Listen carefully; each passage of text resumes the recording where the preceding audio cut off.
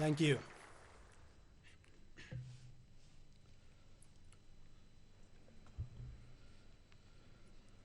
Assalomu alaykum, hurmatli deputatlar.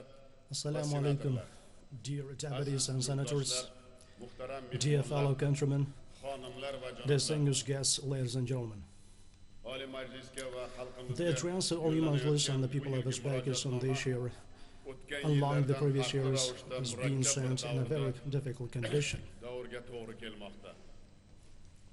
We're well aware that today the entire humanity is facing global crisis due to the pandemic of the coronavirus. This is the biggest calamity of the world scale for the past 100 years. According to the latest data, more than 81 million people in 191 countries have caught the infection, and 1,765,000 of them have already died. The pandemic is encouraging the world economy. The damage, please pay attention to this fact. And nearly $400 billion of damage per month to the national economies.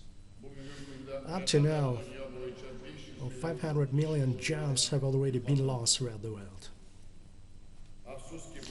Unfortunately, this cycle has brought the unexpected as well as complex problems to the entire humanity and to the people of Uzbekistan. Moreover, that yet another trial for our country have become the natural calamities and man-made catastrophes in Bukhara and Sardoba. Thanks to the strong will, diligent labor, and steadfastness of our people, joint efforts of the population as well as of the public bodies, we have been able to bravely overcoming these trials. You know that since the early days of the pandemic, the entire system of governance, all medical institutions have been switched to the emergency hours of work. During the short period of time in the city of Shavkat and region, we have put in place nearly 30,000 hospital beds. The medical facilities have been provided with the necessary Medicare, contemporary items of protection and diagnostics, and we have attracted more than 200,000 medical workers, in particular 150 foreign Medicare officials have been attracted to this work. More than 600,000 compatriots have been returned to our country, and we have helped nearly 100,000 our fellow countrymen who have found themselves abroad in difficult conditions. In order to mitigate and overcome the consequences of the pandemics, the state have implemented the complex measures in the total amount of 82 trillion song. In particular, we have established the anti-crisis fund, and we have allocated from the budget more than 16 trillion song for the measures against the coronavirus, support of the population and the businesses.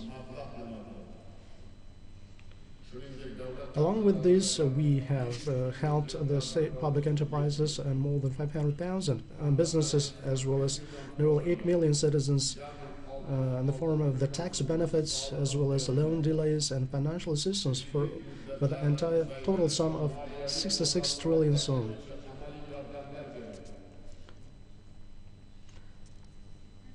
In the framework of the nationwide movement, kindness and support, given the active support of our magnanimous fellow countrymen, more than 800,000 more fortunate families have received the assistance more than 1 trillion sums. Thanks to the timely and quick measures, we have been able to prevent this evil disease. And right now, this tranquil life, as well as sustainable economic development, is underway in our country.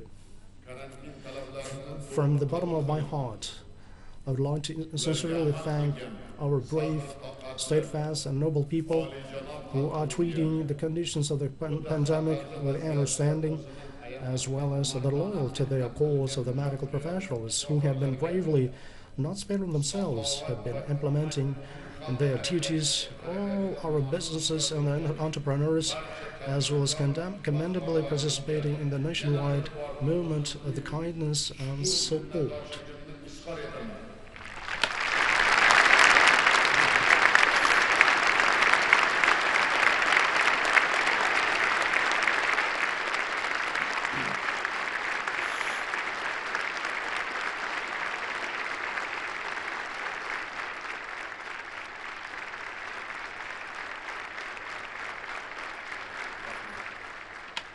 Thank you.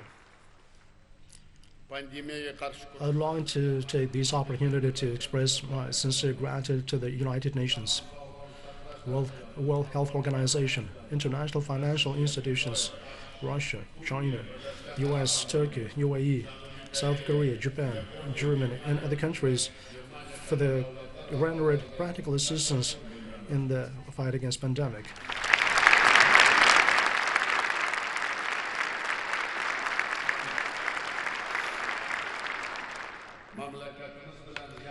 I'd like also to take this opportunity to express my sincere gratitude and the best wishes to the distinguished ambassadors of foreign countries and representatives of international organizations who are making the worthy contribution to the strengthening of cooperation and friendship with our country.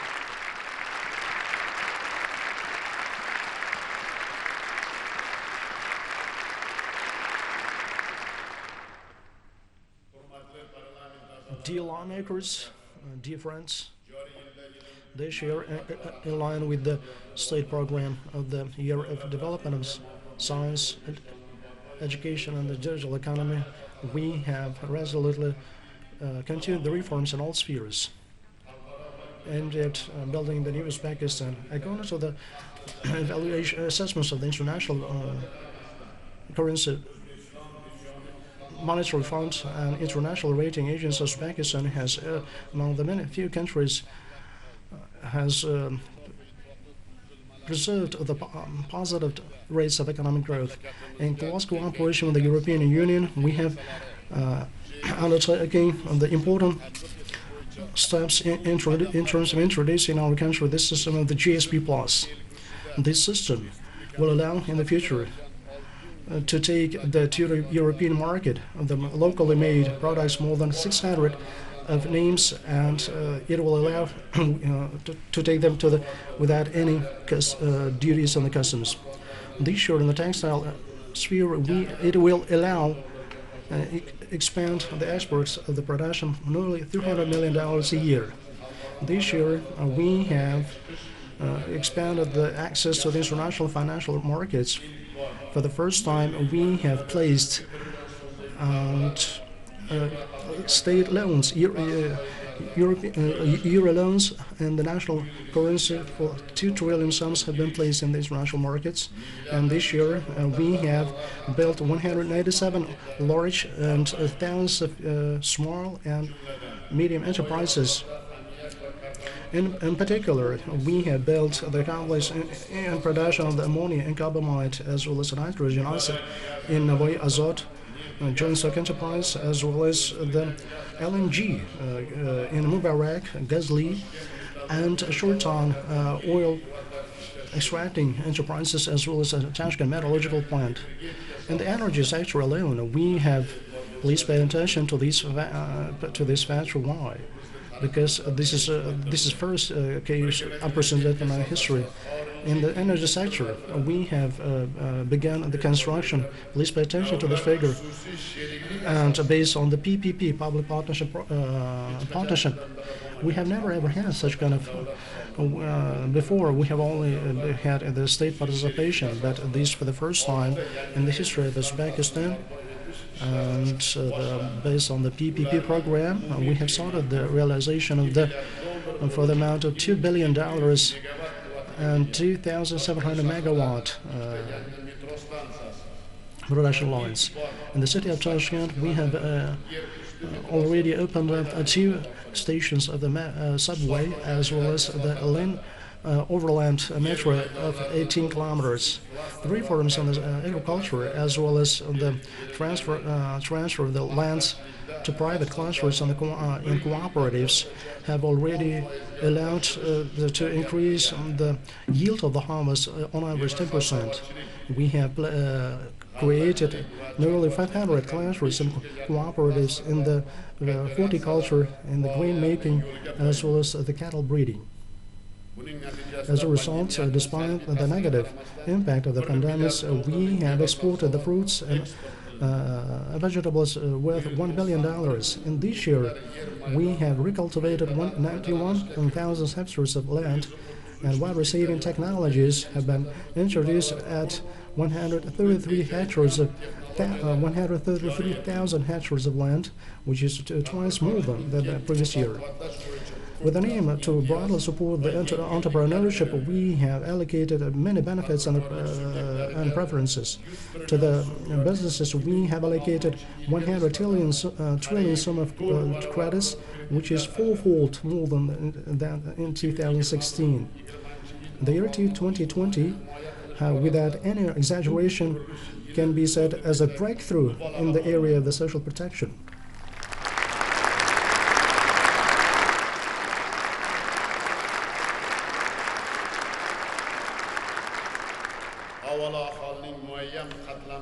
Above all, for the first time, we have recognized the poverty in the certain layers of the population, and we have begun to cut down the poverty in the country. And the principally new system of the targeted work to the low-fortune families, women as well as the youth, have been placed in the districts and the cities in every mahalla, and you are know well we are talking about the registers. For the short period of time that 527,000 people have been provided with jobs. Besides, thanks to the tax benefits, we have, as well as overcoming the barriers, 500,000 people have been legally provided with the jobs, and allocation of 300 billion sums of the benefit loans, as well as subsidies to the development of the DECON peasant entities, as well as other lands. We have begun the new direction of the social support of the countryside population. More than 500 contemporary companies modern companies have been commissioned in the IT parks established in the Tashkent, Andijan, Jizak, Kashkadarya, Samarkand, Sirdarya, and Fargana regions. And this year, we have bettered the centralized provision of the potable water to the worth 3 trillion sums, which is 5 times more than which have been done in this direction in 2016. And as a result, we have ensured the provision of the potable water up to 73%. This year alone, and 1.2 million people have received the social allowances. And this means 5 times more the financial resources have been allocated this year. And the coverage of the people, the coverage of the children has made up 60% in this area. This year, the parameters of the entrance to the higher educational institutions have grown 2.5 times to the compared 2016, and the level of the coverage we have increased from 9 to 25%. For the first time, nearly 1,000 young women from the low-fortune families have been allowed to enter the higher educational institutions. In the international rating, the register of the open data, Uzbekistan has secured 44th place, raising from the rating by 125 positions. A very important factor has become the introduction of the practice of publicizing the indicators on the 20 directions in the sphere of the public and social governance. yet another international recognition of our reforms, and the Economic Freedom Index of Uzbekistan has risen up to 26 positions. We have consistently continuing the reforms and the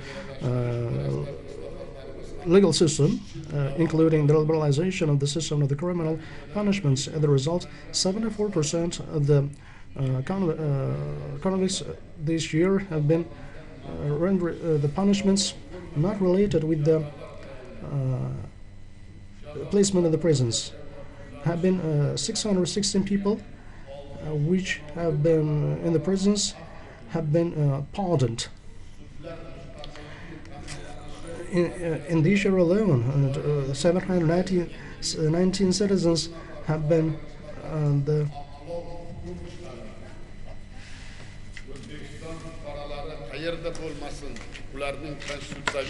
So regardless, citizens of Uzbekistan are to be protected from the social and from other standpoints. So we have carried out the Operation Mahir, so that 719 citizens, mainly women and children, has been brought back to our country from Syria, and we have witnessed this very process. And complex political systems in the country, as well as the pandemics of the coronavirus and the global economic crisis, Uzbekistan is carrying out very actively open and pragmatic foreign policy. As a result of our efforts and decisive actions, the image of our country is growing in the international arena. And the country of Uzbekistan, for the first time in our history, has been elected as the member of the United Nations Council on the Human Rights. Recently, Uzbekistan has been excluded from the list of the countries that are on the source of concern in the area of the religious freedoms by the United States Department of State. This is another, recognition of our large-scale democratic reforms. Our global and regional initiatives, which has been promoted by the high podium of the General Assembly of the United Nations Organization, has been well received with a great interest and has been supported by the international community. Distinguished members of the Parliament, distinguished compatriots, as you may know, in 2021 we will celebrate 30 years anniversary of the independence of the Republic of Uzbekistan. Definitely, with you, with all our people, we will celebrate this important historic date on the basis of the great and noble idea: we live in New Uzbekistan, free and growing country. Today, by defining our new plans and the programs for the upcoming year, we definitely will attach special attention to the development of the highly important and priority areas and further strengthening of our accomplishments that we have attained throughout the years of independence. We need to know that the pandemic has again demonstrated that the significant reforms of the primary care of the health system, as well as the reforming of the ambulance and the sanitary epidemiological service, is very much important, and it's the demand of our life. As we see in other parts of the world, another wave of the pandemic and risks related to which again called us to be more cautious and more attentive. As the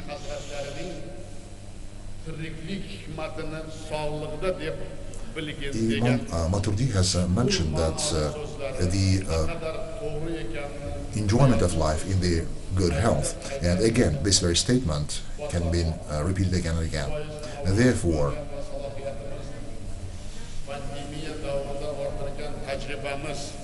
therefore, we need to use our good capacity, potential, experience, as well as the experience that has been gained throughout the pandemics, as well as based on the international best practices. We need to enter into the new phase of the reforms in the protection of health and the health sector.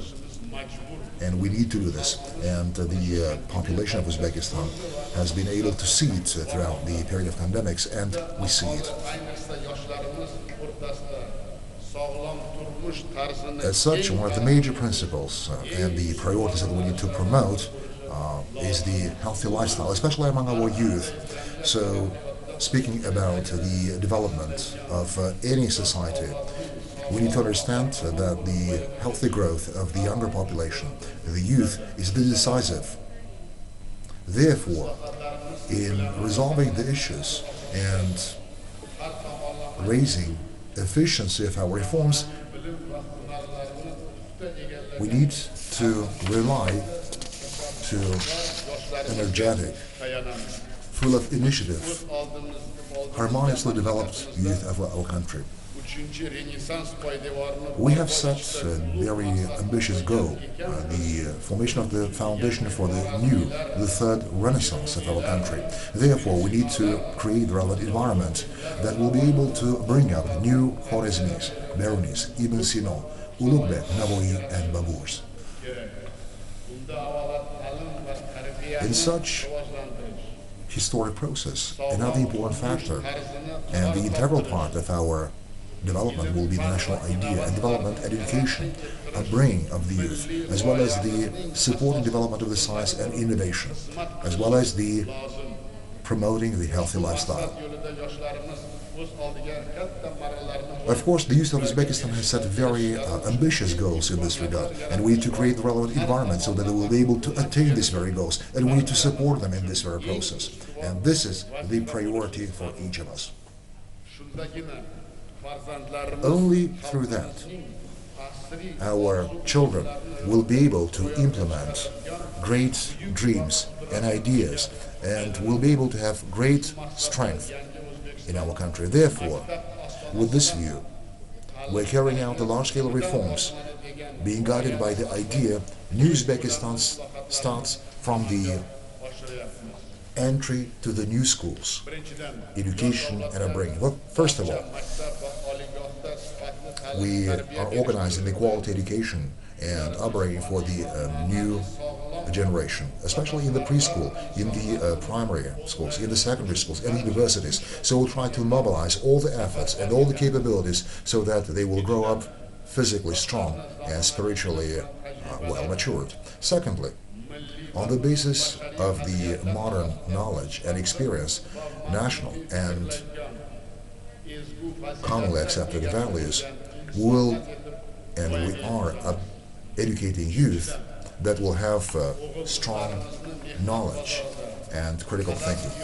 Thirdly, we're attaching high level of importance to the training of our young girls and young men to the new demanded professions, so that they will be developing good attitudes, a positive attitude to work, and which will be based on the different initiatives. So, starting from the point of the birth of a child until the child will receive 30 years old, he or she needs to be well supported and will be able to find the relevant place in the society. So it should be solid and lifelong education.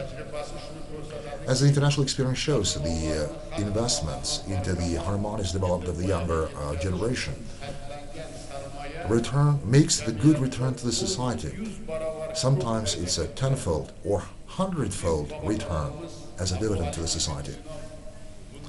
We well remember the words of the great scientist Oliy who said that the only brave and open-hearted people will overcome the challenges of the future. Recently, I have been very much pleased when I have been to Kashgar and to Khwarezm and to Chilonzar district of Tashkent, and I have heard very good, strong ideas from our youth.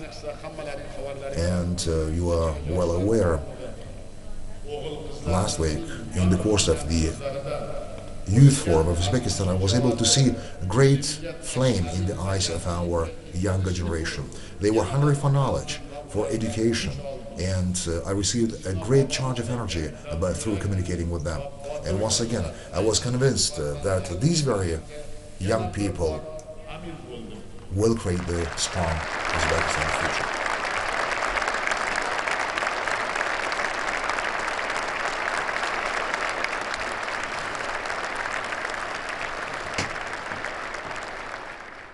agar katta avlodning bilimi va Should we be able to unite knowledge, life experience, fazilatlarini yoshlarimizdagi with the level of enthusiasm, bravery, and the fanatism of our younger population, definitely we will attain the goals we have set for ourselves.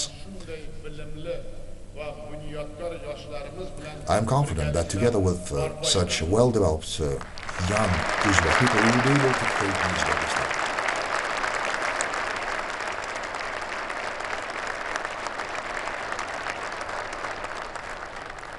ana shu muhim yo'nalishlarda boshlagan ishlarimizni In davom order to continue these very efforts and these very initiatives, and to enter into the new high level of phase of the activities, I would propose that 2021 that we're meeting these days will be titled as the year of support of youth and strengthening the health of population.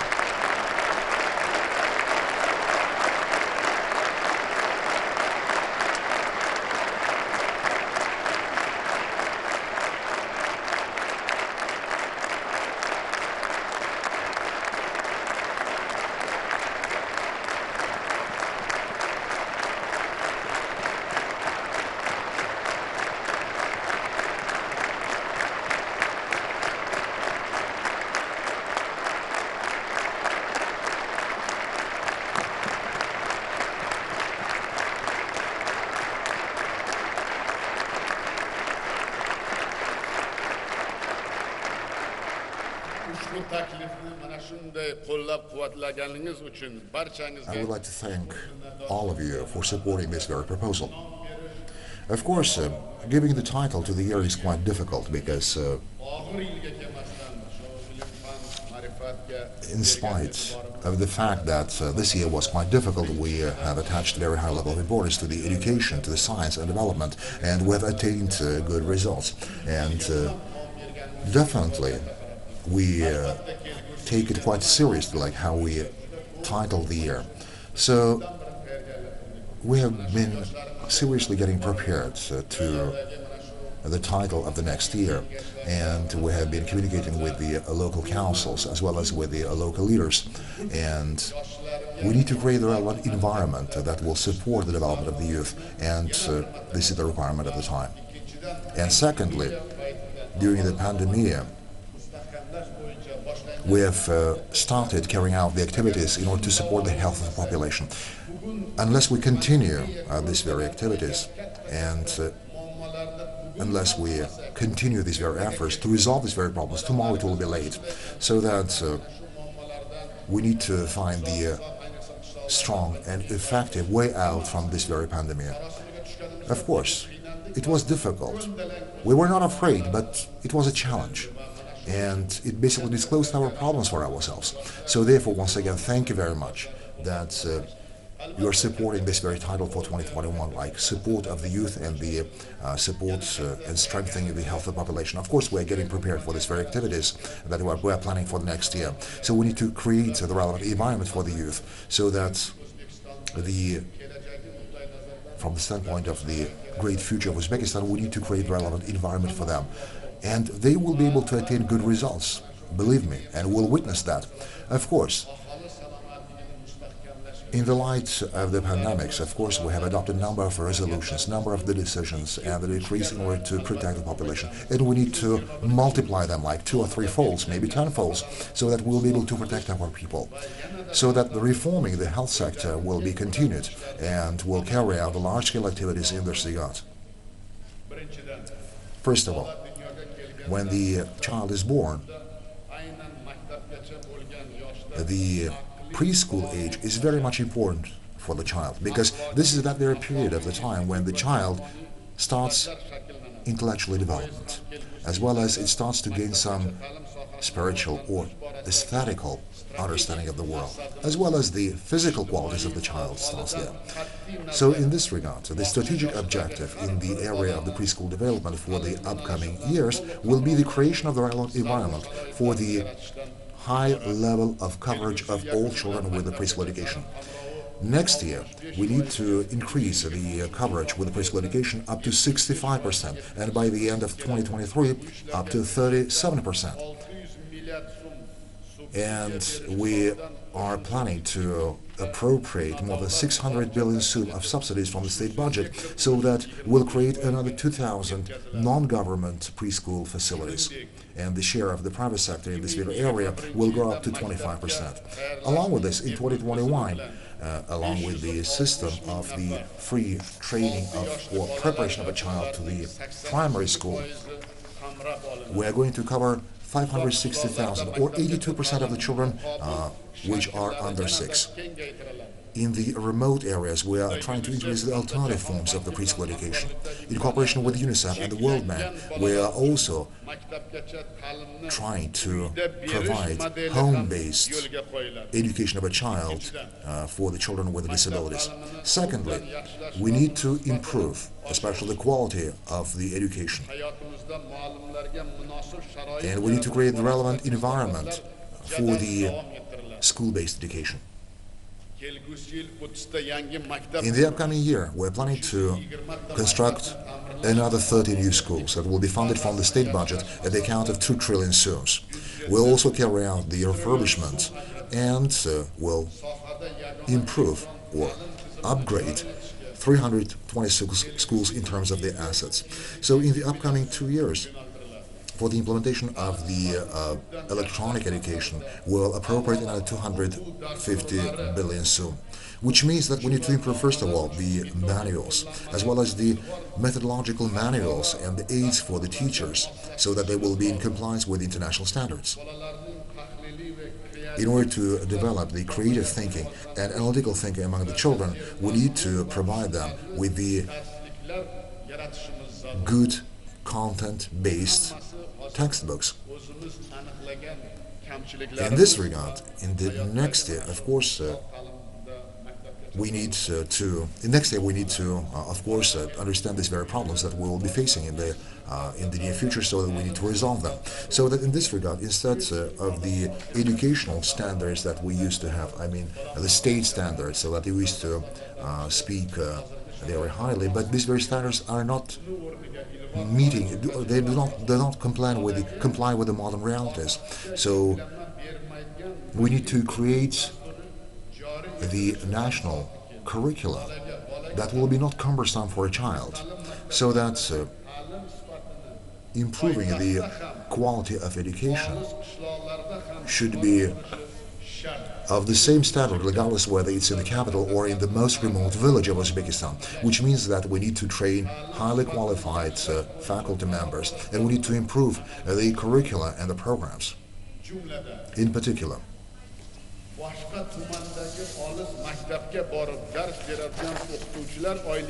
teachers that are teaching in the remote schools in another district will receive another 50%, and the ones who are teaching in another region will get another 100% of the payment in addition to their payment.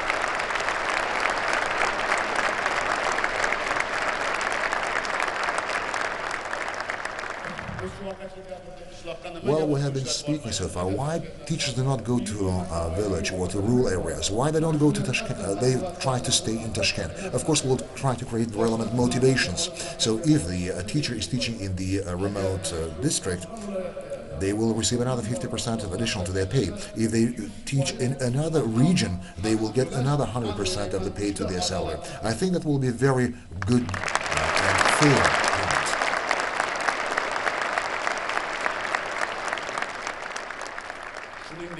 Along with that, in order to support the development of the activity of the private schools in the regions, we're going to provide them with the subsidies from the state budget. So we'll create the continuously operating system in order to support development of the capabilities and the gifts of the young people. Next year, we're planning to launch another 10 present schools and 197 specialized schools on chemistry, biology, mathematics and informational technologies, with the view of creating the relevant environment for the good mastering by our younger generation, the new technologies and knowledge, the preparation of the national cadre of the new formation. So we will open in Tashkent the new modern university.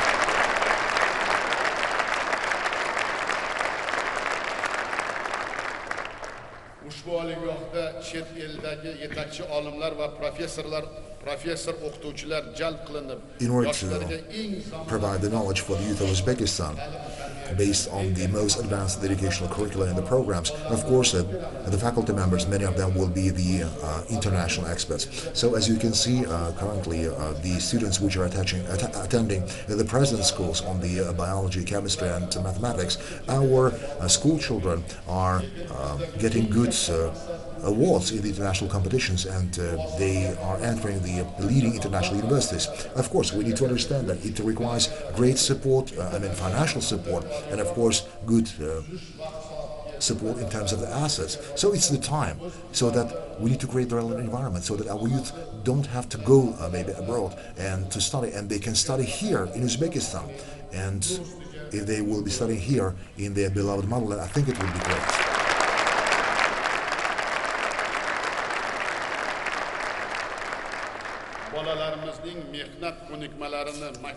In order to form the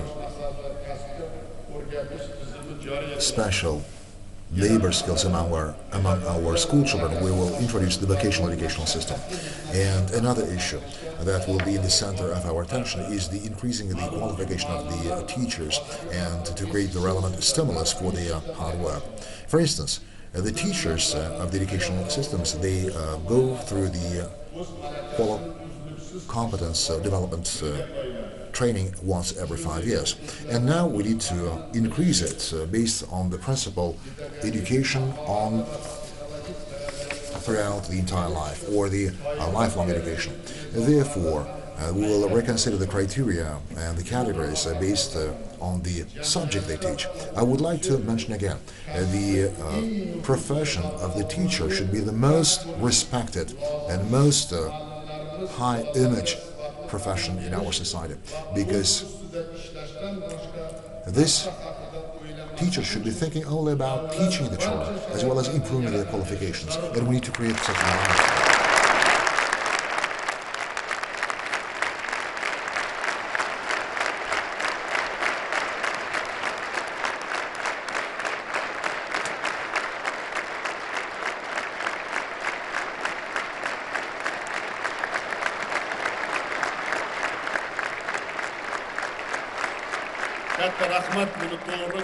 Well, thank you very much indeed. They have been understanding the correct and applauding these our initiatives.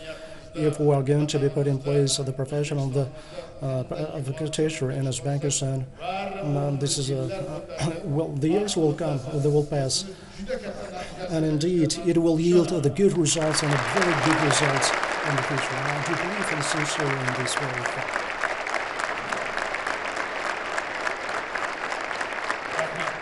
Thank you.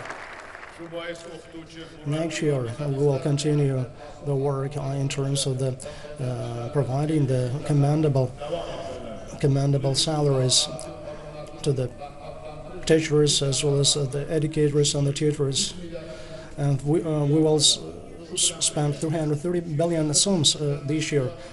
And at more than 640,000 school teachers will receive 1.5 times the additional salary, and from the budget we will allocate more 400 billion sums for these purposes as well.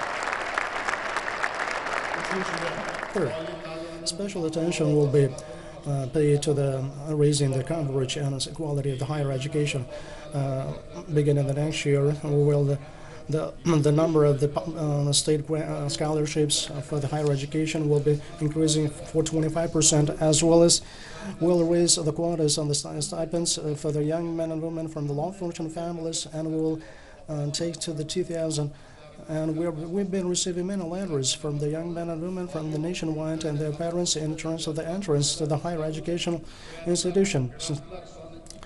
And we will raise the number of the quotas for up to 2,000.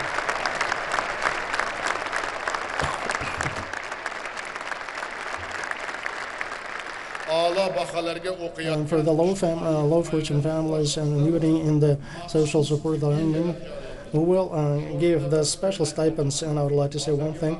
At the moment, the youth right now are attempting to enter the prestigious higher educational institutions, but at the same time, but the higher educational institutions do not have the competition entrance, so they're attracting those young men and women. Therefore, as well as the public, the private higher educational institutions will be put in place in terms of placing the state orders for the training and the preparation of the cadre. In order to raising the continuity between the universities as with the lower level distance education, 65 academic lyceums will be switched to the higher educational institutions, as well as 187 technical education institutions will be fixed to the universities, to the universities as well as the profile-based enterprises. Why?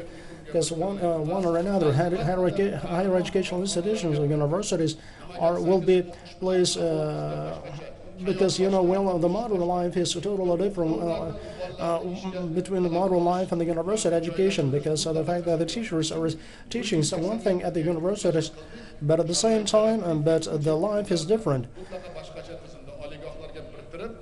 And the enterprises will be fixed with the higher educational institutions in order to place the orders for the training, the preparation of the relevant cadre for their directions.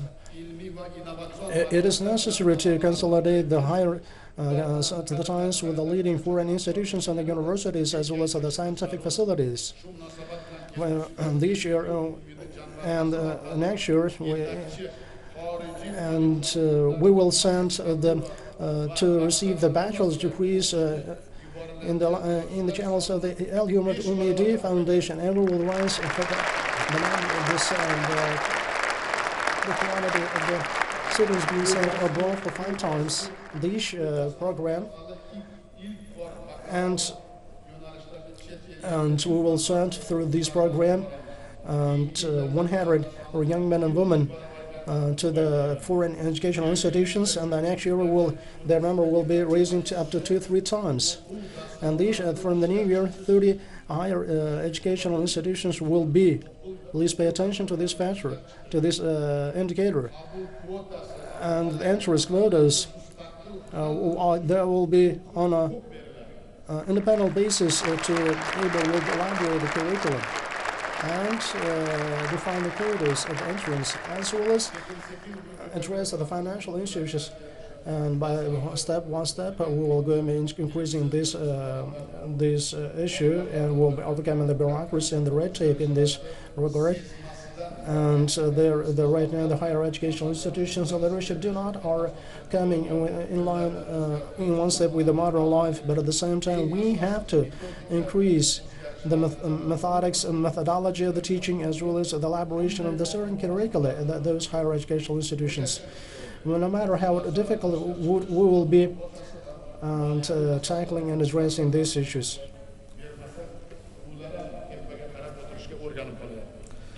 Fourth, the science and innovation put in place to create the foundation for the development of the country. From the next year, the number of the doctoral degrees at the higher educational institutions and the scientific institutions will reach 4,500, which is 3 times more than in 2017. For these purposes, from the budget, we will allocate additional 240 billion sums. Proceeding from the leading advanced international experience from the scientific councils of the higher educational institutions in Uzbekistan will be transferred. Their authorities will be transferred to the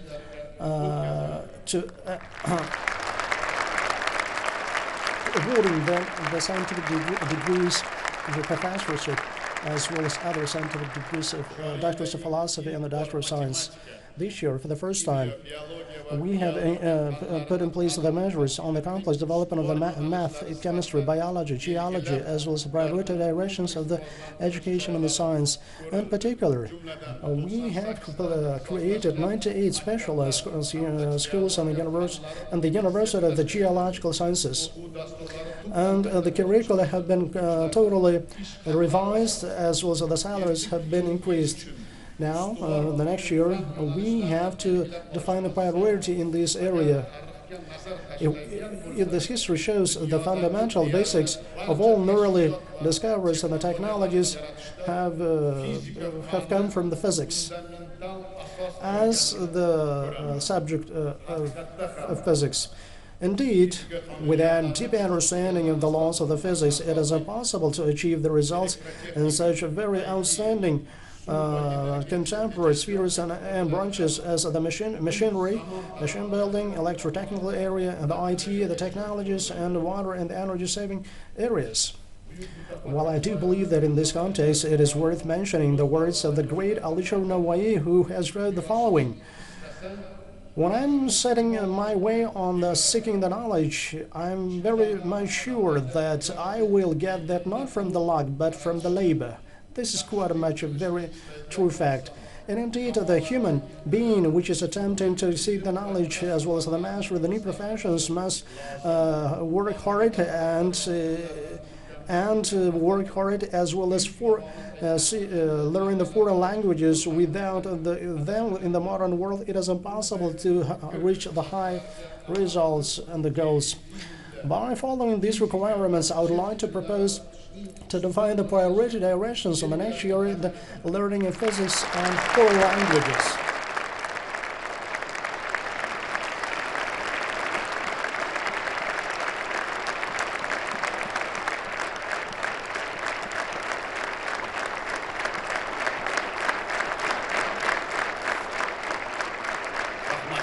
Thank you. The certain systemic work is already underway at all levels of the education, including the raising of the quality of the teaching of these subjects, as well as creating the specialized schools and attracting the qualified teachers. We will organize the International Scientific Olympiad on Physics named after Ahmad Farghani, as well as we will take additional measures on expanding the scale and raising the quality of the scientific research in the area of the physics and creating the necessary conditions for the young scientists. Fifth, we will pay special attention to the issues of the giving the jobs to the youth, as well as supporting the businesses. And with this aim, the next year, the system of professional education will be reformed based on the new approaches in line with the requirements of the labor market as well as international standards. From now on, the qualification will be key requirement to the working specialties. With this regard, the government will be instructed from January 1 next year to introduce this system of evaluation of the professional qualification of the citizens on in-demand professions. As you well know, that during the other day we have held the Youth Forum, and we have decided to allocate $100 million to the youth entrepreneurship and providing them with jobs. Besides, for the financing of the business projects of the youth, as well as teaching them to the professions, we will be spending $1 trillion and $500 million. Sixth, the new system will be put in place to support the children from low fortune families, the orphans, as well as the children with the limited capabilities. I mean the handicapped children. At present, right now, there are 150,000 children from up to 18 years of age, which do need a special care. And so far, we did not pay attention to them. And in this regard, we will be helping them in obtaining them education, obtaining the certain profession, as well as giving them the certain Medicare, who are very seriously ill. And giving the help to the orphans to find their places in the life and provide them with living. In 2021, for the first time in our history from the budget, it will be allocated 550 billion sum to providing the 900 orphans with living conditions without this. As a whole, it is necessary to put in place the systemic work in this sphere, and I do believe that we will support this initiative and to put in place the public foundation to support the children by sending from the budget 100 billion and during the year the subsidies and the allocations will be on the rise. And I'm sure that this initiative will turn into a nationwide movement, and our fellow countrymen will make a commendable contribution to this noble cause. And I do believe that, so the chambers of Oliy Majlis, we will be supervising this activity of the public foundation to support the children at the legislative level. At the same time, it is high time to pass the law on children's ombudsman. At the Youth Forum of Uzbekistan, we have agreed on addressing many issues of such kind of issues which are related to the comprehensive support of the young generation of Uzbekistan. And why I'm speaking about that? Because I have spoken many times on those issues, and there are a lot yet to do in this very direction. And you have seen on television screens that we have talked especially directly with the youth or young men and women of our country. There are a lot of needs, but at the same time we should be addressing them at a time. And we have agreed to support them in a comprehensive manner. Distinguished participants of our today's event in 2021, special attention will be paid to the healthcare as a most important direction and priority in this area. First, the systemic continuation of the fight against pandemics of coronavirus will be remaining as the important tasks this year. For this job, from the state budget in 2021, we have established already a reserve in the amount of 3 trillion sum. At the expense of such means, we will be vaccinating the population from the coronavirus infection. Further, raising the quality of work as well as the bettering the material and technical basis of the sanitary and epidemiological services, we will spend $200 million. With considering the lessons which we have gained from the pandemic, the scale of the digitalization of the medical sphere will be expanded. In particular, the measures will be undertaken to expand the spectrum of the distance services which are rendered by medical facilities, introducing the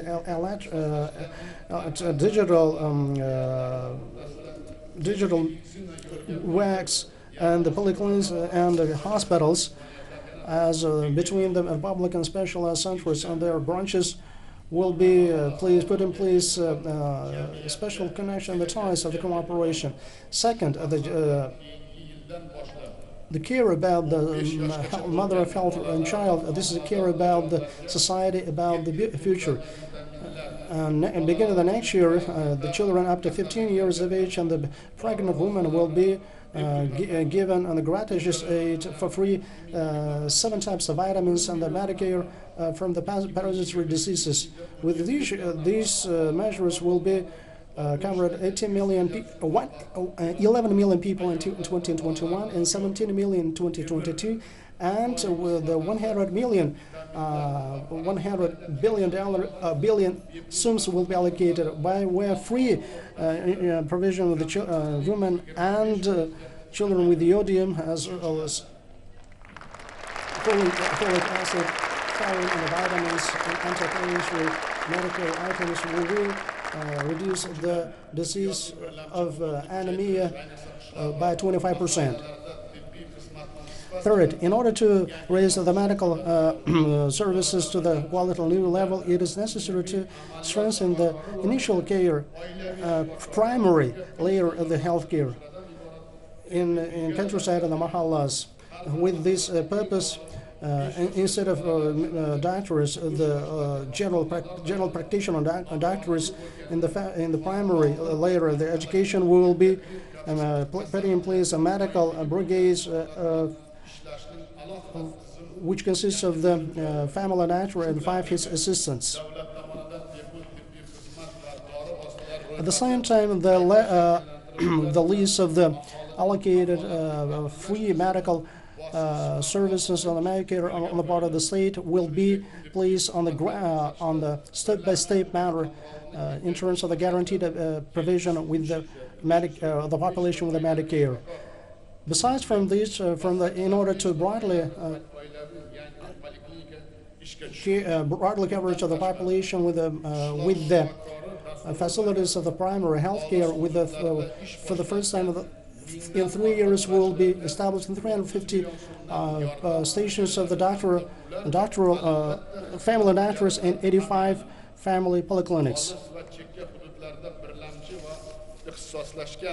Tibbiy yordam ko'rsatish va ehtiyojmand aholi uchun skrining tadbirlariga xususiy shifoxonalar ham jalb To qilinib, provide the primary and specialized care in the remote areas, of course, to carry out the screening study for the social and vulnerable groups of the population, we're planning to engage the private health organizations and to provide them the subsidies.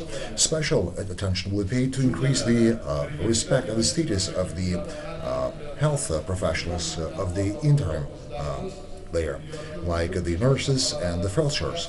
In particular, in 47 technicums named after Ibn Sina, annually they will be producing about 20,000 young professionals that will have professional skills in different areas of medicine. And the health professionals of this very area also will be allowed to carry out the private nursery activities. Fourthly,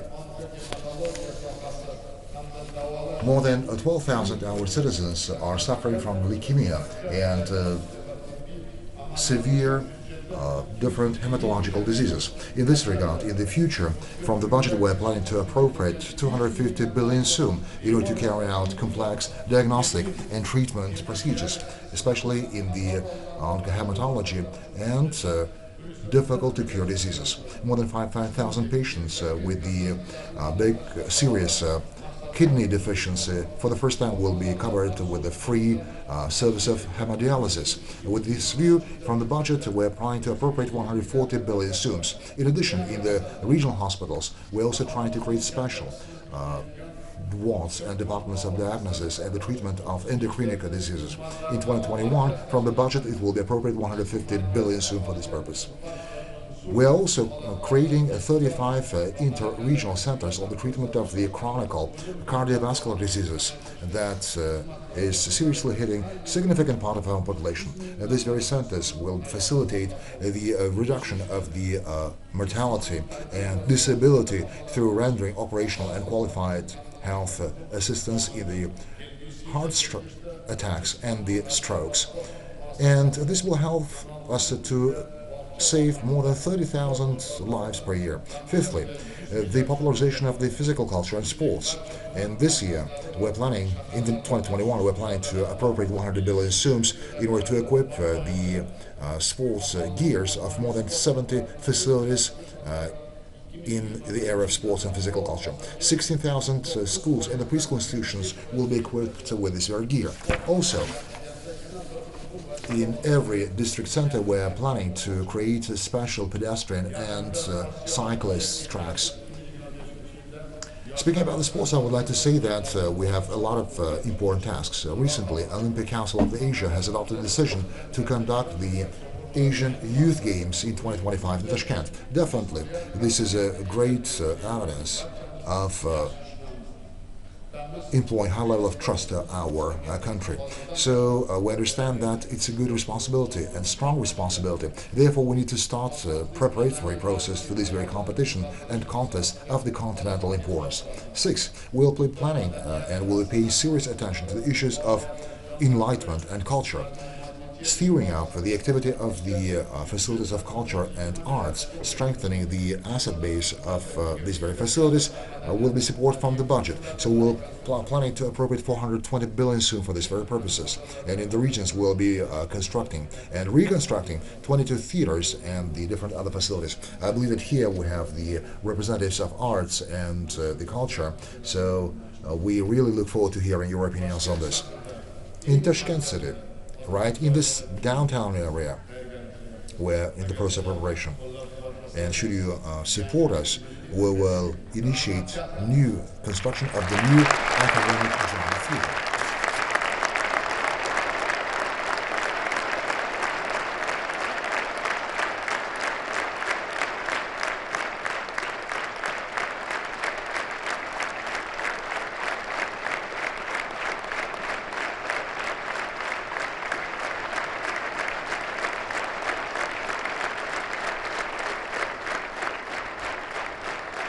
Rahmat. Thank you. Albatta shuncha yildan beri mana shu buyuk bobolarimiz Yes. Navoiy bobomizga butun mana shu Throughout all ijodkorlarimizga sharoitlarni times, maslahatlar rost we're trying to create different type of arts and the cultural facilities dedicated to our strongest poets, such as the Al-Shanawi and many others. But we need to create and to construct the new one, so that having entered into such academic theory, you will feel the culture, you will feel the arts. Another issue, based on the, what do you think about the establishment, constructing the new Museum of Fine Arts based on the sketches of the Japanese architect Tadao Ando? New modern library and the schools of creation named after Oliy. So we have started these very activities.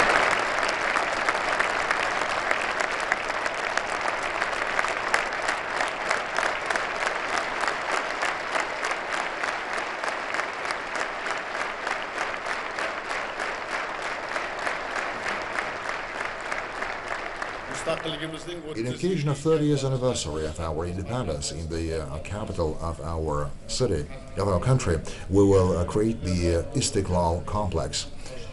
Earlier conducted traditional Tashkent Cinematography Festival will be re-established with the new name Tashkent International Cinema Festival, which is the core of Shavkat. In this regard, I would like to speak another important issue. We need to preserve and to pass to the new generation the cultural legacy of our people. Currently, we have about 7,000 such facilities, and unfortunately, lately some of these very facilities has been hit by different environmental issues. And of course, the local authorities and the mass media and the Ministry of Culture pays very serious attention to this very issue. So that within 1 month, we need to adopt a special program on audit, preservation and protection of the facilities of the cultural heritage. Distinguished parliamentarians, the major objective of economic reforms in the new year will be the reduction of the poverty and improving the living standards of the population. These strategic goals will be attained at the account of the high tempo of economic growth and creation of the equal opportunities for all. And for the last 4 years, we have taken serious steps to introduce the market mechanisms in every sector of our economy. So now, the fact is that we need to start building the foundation for the long-term sustainability of the growth through in-depth structural transformations. Considering all of this, in the new year we need to carry out large-scale activity in the following areas. Firstly, in the area of the poverty reduction, we'll be introducing the comprehensive approach, which will engage the non-conventional methods. We need to understand one thing. Issue of poverty cannot be resolved through appropriating the loans or providing the housing. No. We need to exercise comprehensive approach, which is related to education, health, vocational education, access to the clear drinking water, power resources, and to the road infrastructure. So why we have introduced these very registry books? The objective is that to detect and to identify the vulnerable groups of the population so that we can carry out the targeted approach in order to work with them. So starting from the next year, we will be introducing the social registry books so that all the information in the registry books will be tracked in the due manner and it will be transformed in the electronic manner. So first of all, we need to understand the needs of the low-income families and we need to cover their demands and needs. So in this regard, of course, we're working together with international experts and we are carrying out the good analytical work. So next year, starting in March 1st, we will be attaching a very specific attention to this very issue. So having discussed this very issue, so starting March 1st of the next year, we will announce the minimal consumption expenses of the population. So the government will be developing these specific programs on phased meeting of the minimal consumption needs or demands of the population. And I would like to request that the government to develop this very program within the next 2 months. In order, the strongest way out to go out from the poverty is the endeavors of the human being, or motivating the person. So relying on the energy and the power of oneself, they should be able to make the breakthrough. So therefore we're going to create the relevant centers of training and retraining population. So every person that will be going and attending this very center, as soon as they are enrolled for the training, they will be receiving the subsidy up to 1 million soon. So in this purpose, we have appropriated 100 billion soon. People who have graduated this very courses and would like to launch their own businesses, they will receive the subsidy up to 7 million soon in order to procure the relevant equipment. So that families which are engaged in the agricultural activity will receive from 10 or 0.1 hectares up to 1 hectare of land, depending on the capability and implementation and specialization of every district. From the funds assisting the employment and the public works, we're planning to appropriate 500 billion soon in order to provide the employment for the people in need. So next year, starting from next year, we'll be introducing the new system. So based on that, the temporal unemployment allowances will be paid for the next 3 months, and we're trying to avoid the old system that will require presentation of the 6 different documents, so that we need to be in line with the modern realities, and we need to track the implementation of these air programs that will be carried out by the parliament and by the local councils. So in overall, all governors of the regions and the cities should develop the targeted program on the poverty reduction within their territory, and on a quarterly basis they are to report on the implementation of these very programs before the Kengashes and through the mass media to the population. This should become the priority task for all leaders, and it should be a major criteria in order to assess their performance. Secondly, with the framework of the structural transformation of the economy, we need to facilitate and accelerate the transformation of the state-owned companies. Currently, the state-owned companies, to a great extent, they are presenting kind of a burden to the state because of their financial instability. Therefore, starting from the next year, we are planning to implement the program on reforming all state companies. In particular, next year, the Oliy smelter, as well as the Uzbekistan company, Hydroenergo institution, and the Uzavtosanat will receive the opportunity to enter the international financial market and to attract the funds without the sovereign guarantees. So we need to understand that the companies do not have enough, technical capabilities, and the experts do not employ good skills. So if you ask me like a question like, what do we need?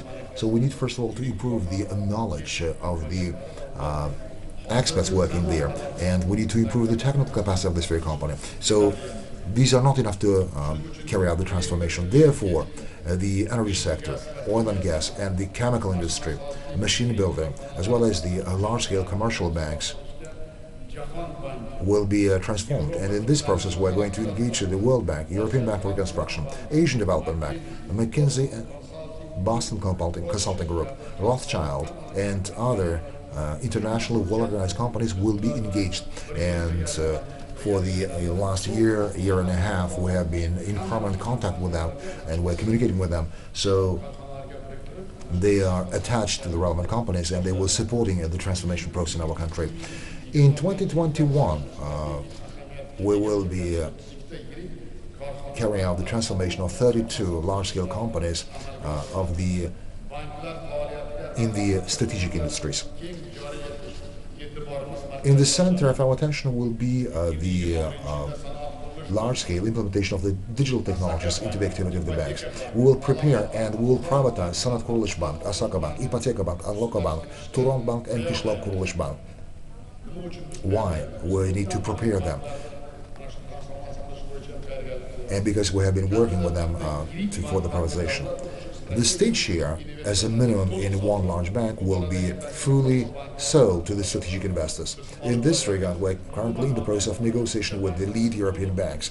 For instance, the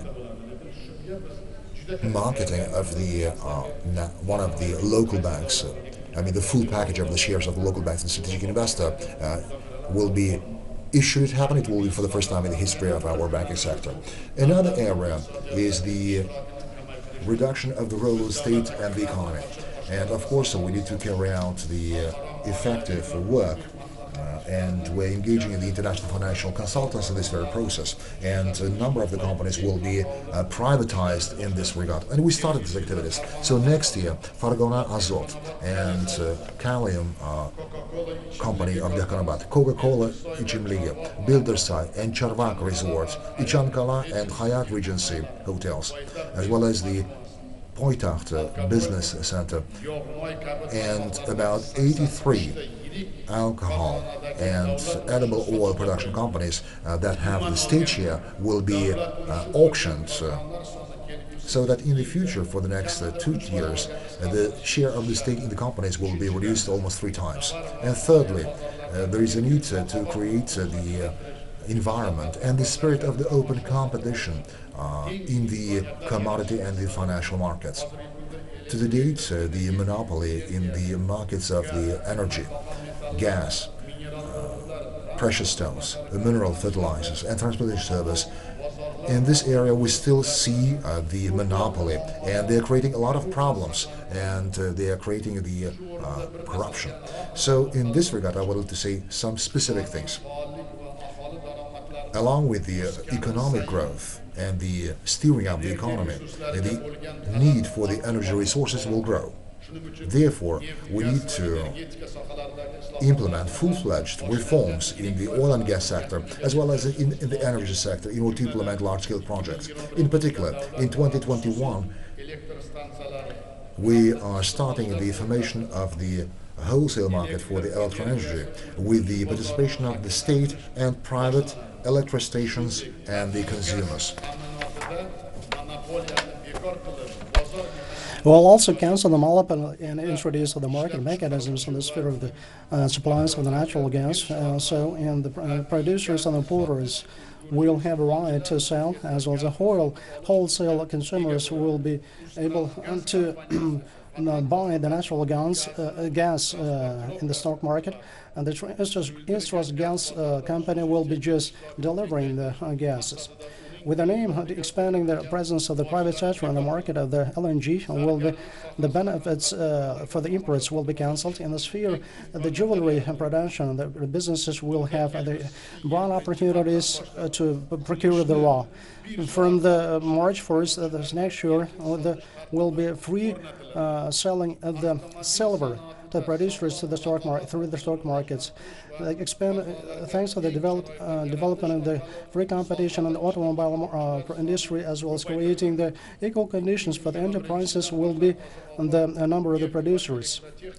From 2021 will be the excises for 23 nomenclature of the products in the food, oil, and electrotechnical industries will be cancelled. Yet another issue this today, and there's public procurements. There are only 4% of the enterprises businesses are taking part.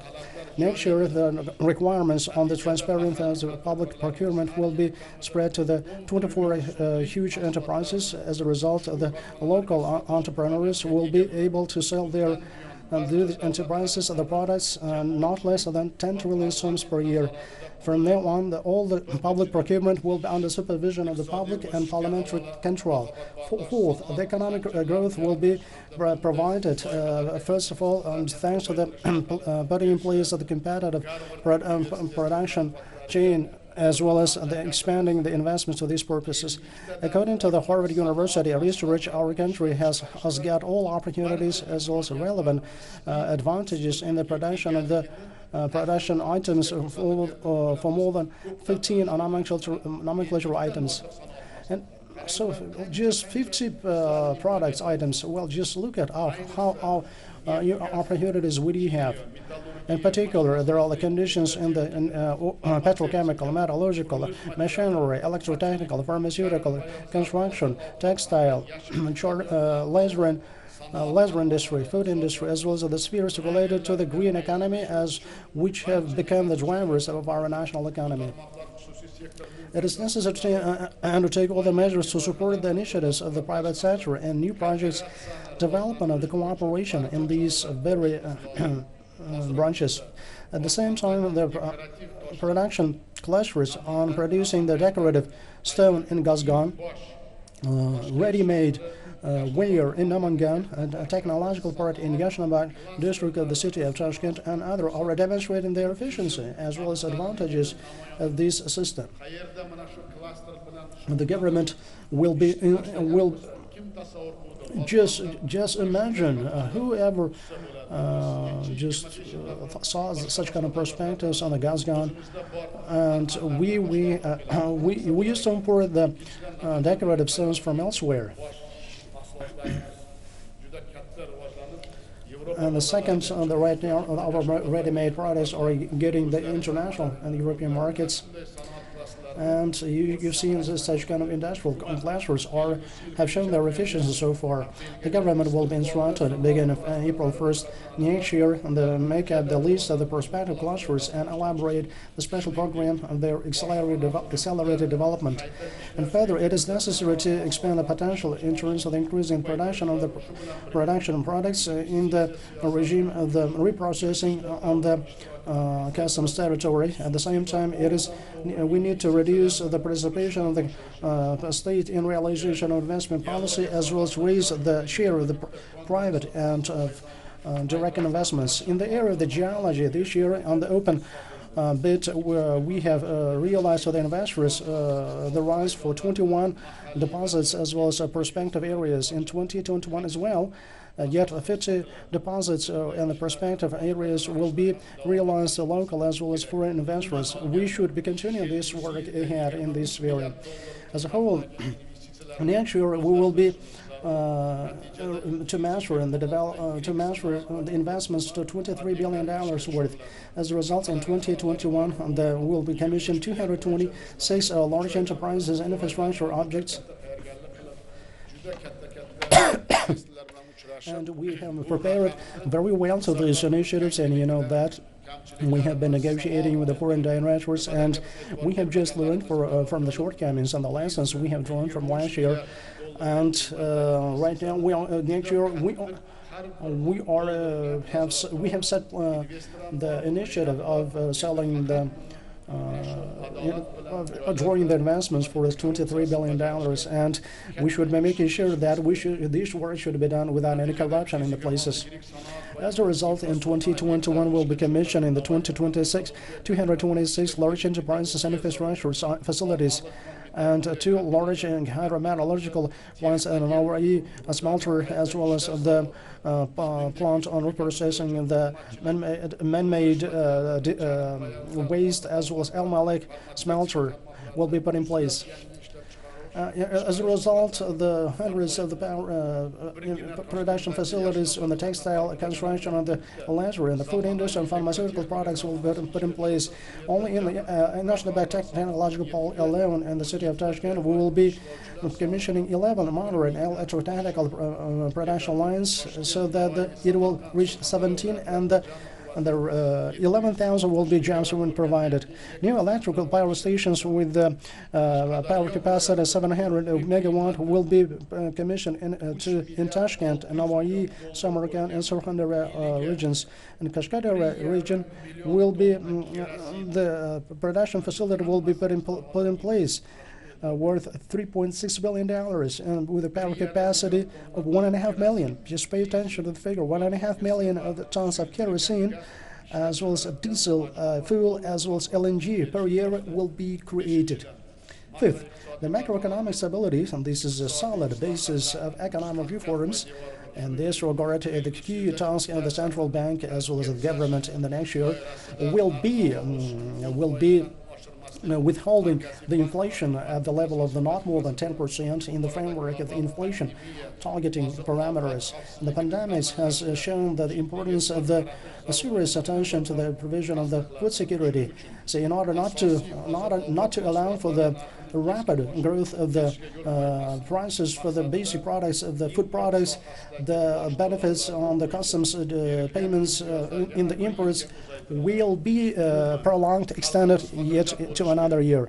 Our people should be confident that the production of the quality products, food products, as well as creating the guarantees, reserves, as well as the continued deliveries, supplies of the food products in the markets, as well as the provision of the stability, will be paid, will have a special attention in this regard.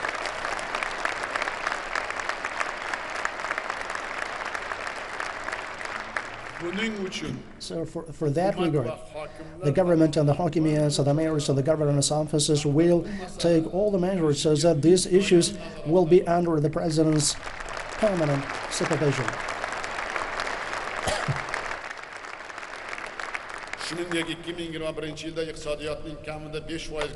Also, it is very important so that in 2021 our economy has shown that at least 5%, and the deficit and the shortage of the budget did not increase 5.4%. And do you believe that the liberalization of the currency market in Uzbekistan have begun 3 years back? Can you imagine that 3 years have already passed during this period, and we have accumulated sufficient experience, expertise in the area of the free convertibility of the currency, and now it is we need to gradually reduce the dependence of our economy from the foreign currency. For this purpose, in the next year, and the share of the currency credits, we need to reduce from the current 50 to 45%. That is to say, not less than $2 billion next year, and we would increase the share of the international bonds issued in the national currency from the current 25% up to the minimum 40%. At the same time, interbanking the currency market will be transferred to the online platform, which will allow the businesses to buy the currency from the bank. As a result, the entrepreneurs will have not 4 days, but just half an hour to buy the currency. Yet another issue at the moment, along with the criteria of the World Bank and the International Monetary Fund, the public debt of Uzbekistan remains on the secure level. From now on, the projects are being realized in the regions thanks to the foreign loans, and the credits will be discussed with the local Kangash, so that is the People's Deputies Councils, as well as the public. Also, the system of the reporting before the public about these projects will be put in place. For example, For example, the next year, based on the PPP, the Public Partnership Program, we will be put in place a realization of more than 40 large and medium projects. And with a view of increasing the competition in the financial market, the central bank will be instructed from February 1 to put in place the discussion of the draft law on non-banking credit organization. And it is high time to put in place the legal basis to introduce the Islamic financial mechanisms in our country. For this purpose, we will be drawing the experts from the Islamic Development Bank and other international financial institutions. Seventh, we will put in place the conducive conditions for the development of the entrepreneurship and medium business. I should be noting especially that during the pandemics, the businesses along with the public, the state have made a commendable contribution to the sustainable functioning of the economy. We have seen that all together. If we are not to put in place such kind of conditions for the economy, the businesses would fail. So such kind of, if we are not for such conditions, the entrepreneurs, we will not be there in place right now. It is very high time to express our today's sincere appreciation and gratitude for relevant today.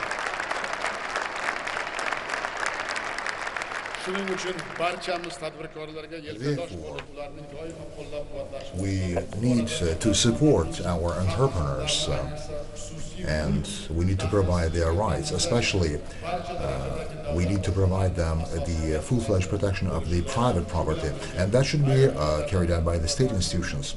At the same time, the property rights in some cases are being violated in some of the regions, and therefore we need to bring the relevant officials liable to this very issue. So therefore I would call that the business ombudsman should carry on the activities in this very event. In the next year, based on the principle tax officer is an assistant, the entrepreneurs will have a good opportunity to receive the information about their debt. And in order to create more convenience for the entrepreneurs, 105 licenses and different permissive documents will be abolished, and 115 procedures will be simplified. We will continue to assist the entrepreneurs which have faced with the lack of the working capital during the pandemic. So tourism, transportation, catering will enjoy the benefits until the end of the next year.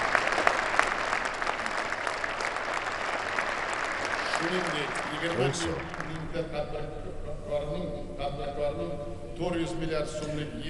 I would propose to extend the time frame for the payment of the tax for land and for the property with a total amount of 400 billion will be extended for another 3 years. And more than 20,000 entrepreneurs can enjoy this very preference.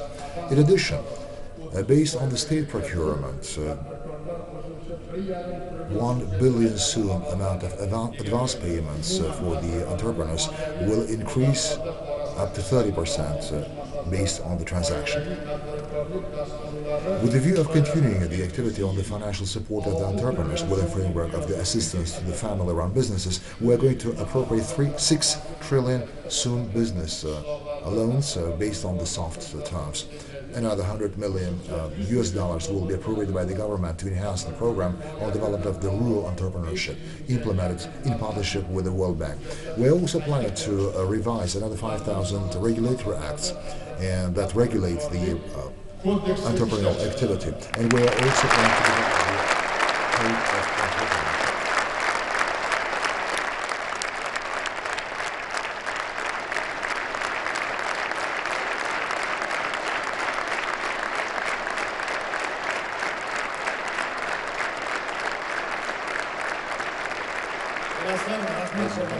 Thank you very much for support. Thank you, please sit down. And we speak a lot about the entrepreneurship and development of the business skills, but every sector is very specific and it is regulated by the specific laws or bylaws. No, this time is over. Now it will be one solid document, the business code or the code of entrepreneurs or entrepreneurship, so that we will have all the rules, all the regulations. And as you know, like 4 years ago, we had announced the moratorium to examination the activity of the businesses.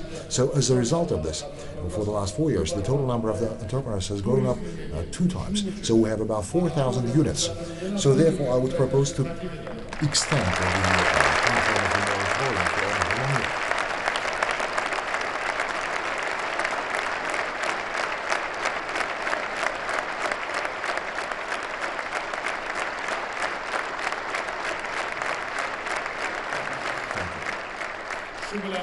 Along with that, the government needs to create equal competition terms, equal competition teams, environment. And we need to support bona fide, honest, or as we call it, halal entrepreneurs.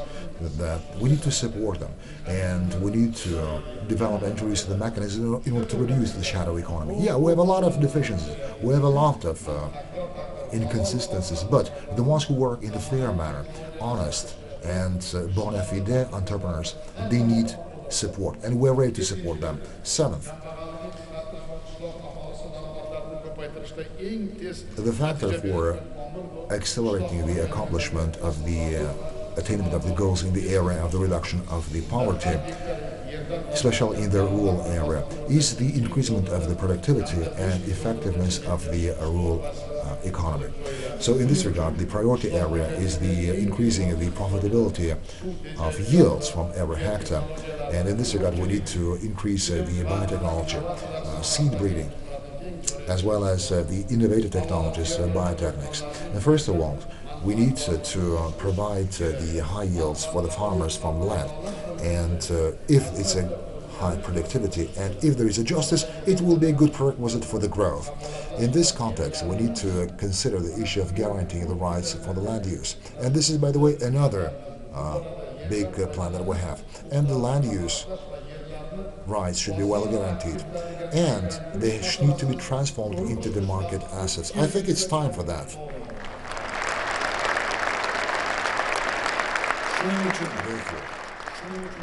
The government in 2-month terms need to develop the proposals on strengthening the land use rights, as well as to define the economic assessment of the land loss and implementation of the mechanisms to include them into the financial turnover. Next year, in every region, we're going to create the centers of agricultural knowledge and innovations that are rendering support based on the one-stop shop, and they are rendering more than 100 different agro-services, and they are also providing good services such as the improvement of the state of the land, as well as the integrated pest management and the selection or the breeding of the seeds. For the first time in the modernization of agriculture and its digitalization, to increase the fertility of the land and implementation of the modern agricultural technologies, we have appropriated $600 million. For the first time, $600 million will be appropriated in the form of loans and grant financing.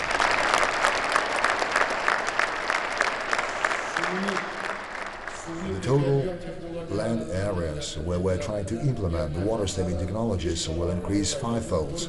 So it will make 430,000 hectares. So another 90,000 hectares of land will be reclaimed. And ninthly, all governors of the regions and the districts and the cities in the beginning of the 2020 for the first time has reported before the local kengashs or local councils. And the biggest deficiency in our activity today, and by the way, we need to recognize this, and based on that we can plan activities. Unless we change it, no one will change it for us. So to date, the biggest deficiency in our activity is the lack or insufficiency of knowledge. Unfortunately, we feel it in every sector. For instance, we're stating a transformation, new Uzbekistan, reforms, and new ministers are being, young people are being appointed as the ministers. But at the lower level, at the grassroots level, to be people either they're afraid to take responsibility, or they don't have enough knowledge, or they are prone for corruption. So we feel this, and none of the areas cannot be developed without good knowledge.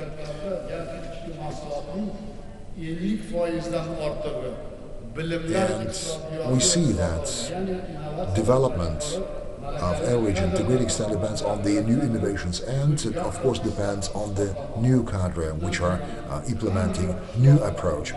So now every region, every village and every mahalla will be developed according to its capacity.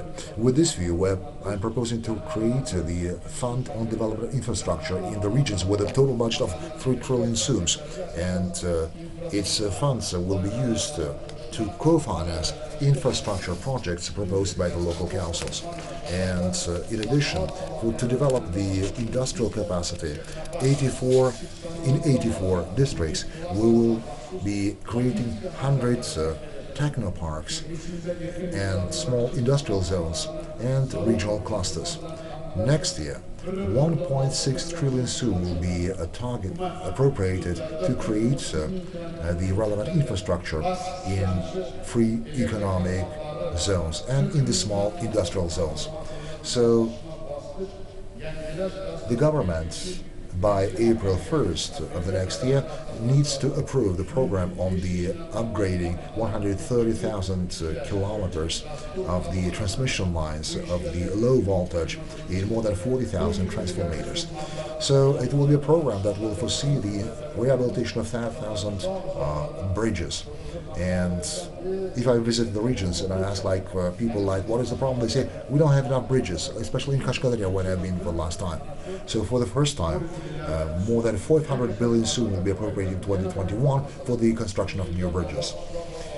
Another important issue, the implementation of the Prospering Village and the Prospering Community programs for the last 3 years.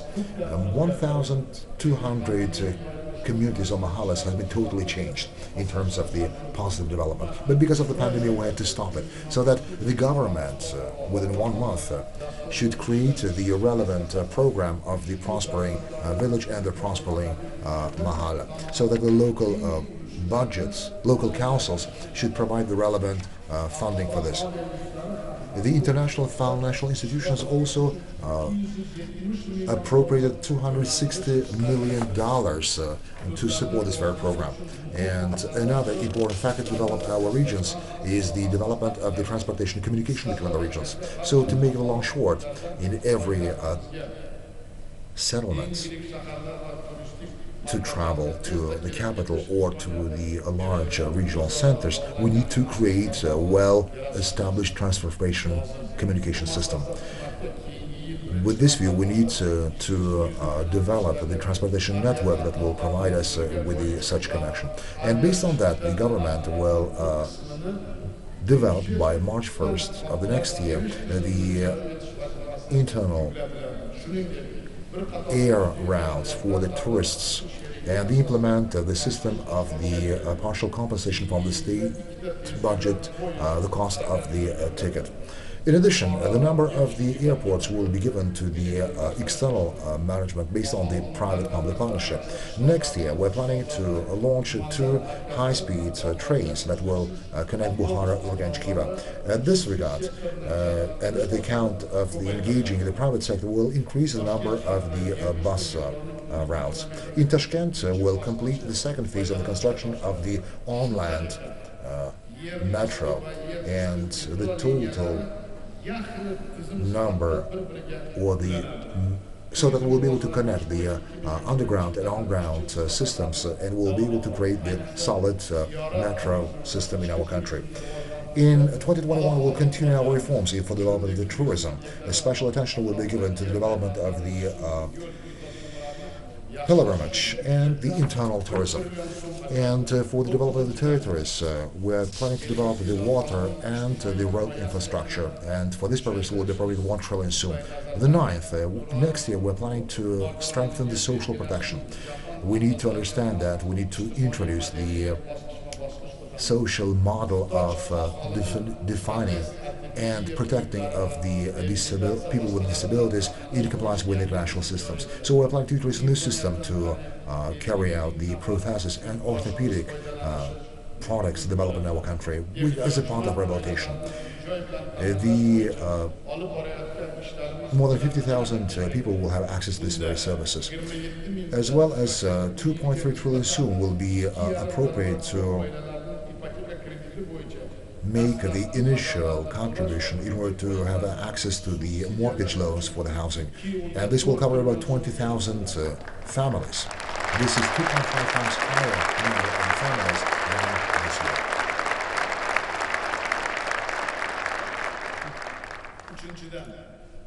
Thirdly, entering into the new export markets is one of the biggest tasks of the government. Next year, we will steer up the activity on accession to the World Trade Organization and large-scale cooperation with the European Union. GSP Plus system. We need to develop the specific program for effective application based on the preference system of the GSP. As you may know, recently Uzbekistan has received the status as an observer in the Euro-Asian Economic Union. For the full-fledged presence in the markets of these various states, the need to facilitate to bring the national regulation, technical regulation, according to the requirements of this organization. In New Year, the fund to support the export of the companies will receive another $100 million. And the exporters will have access to the funds in order to create or to construct their trade houses or representative offices. So exporters will be increasing the amount of the exports almost by another 20%. Distinguished participants of the Parliament.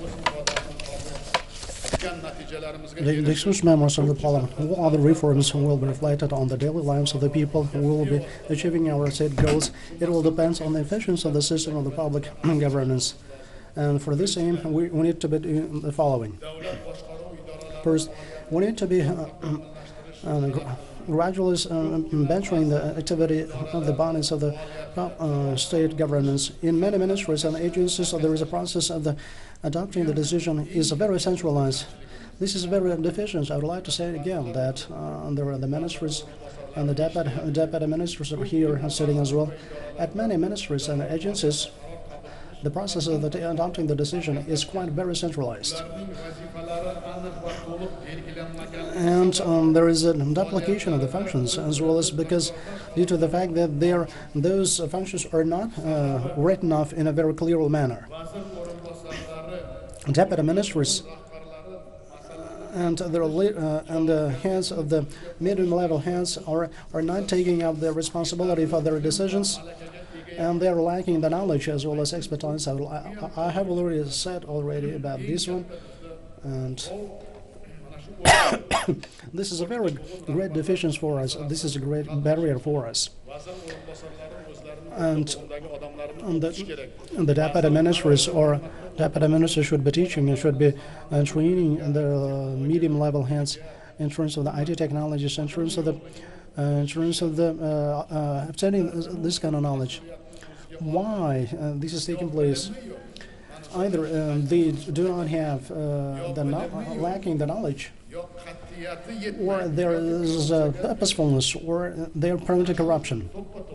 This is right. Medium-level hands were just very serving the barriers for the reforms. They are not meeting the requirements of the modern life today. And every other minister should be taking note of this. The deputy ministers do not have the knowledge, or the lack of knowledge, or they do not have the expertise. Unfortunately, this kind of leaders, instead of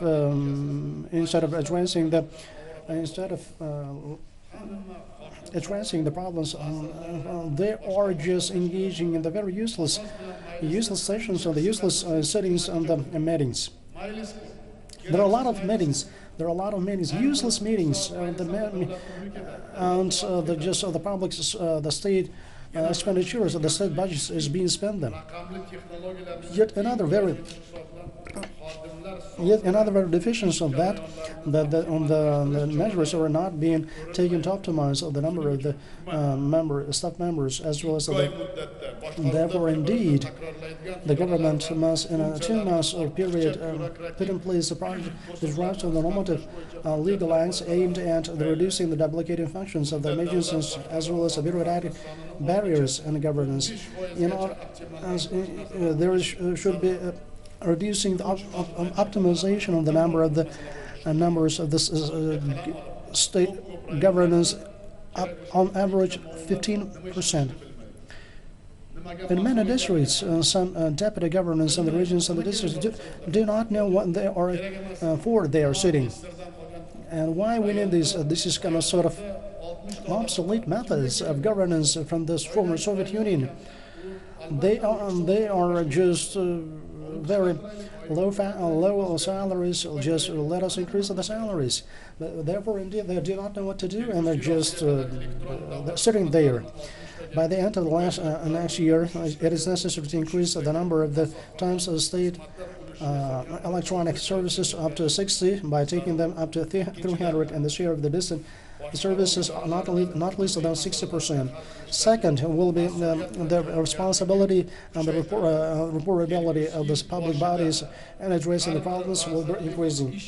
Then, from beginning of next year, each ministry, if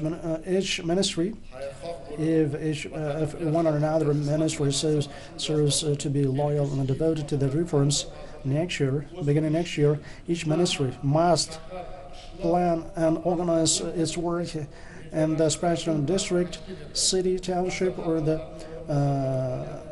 village or the mahalla. The activity, the work of the ministers and their deputies will be assessed based from the fact how the real changes are taking place on the places.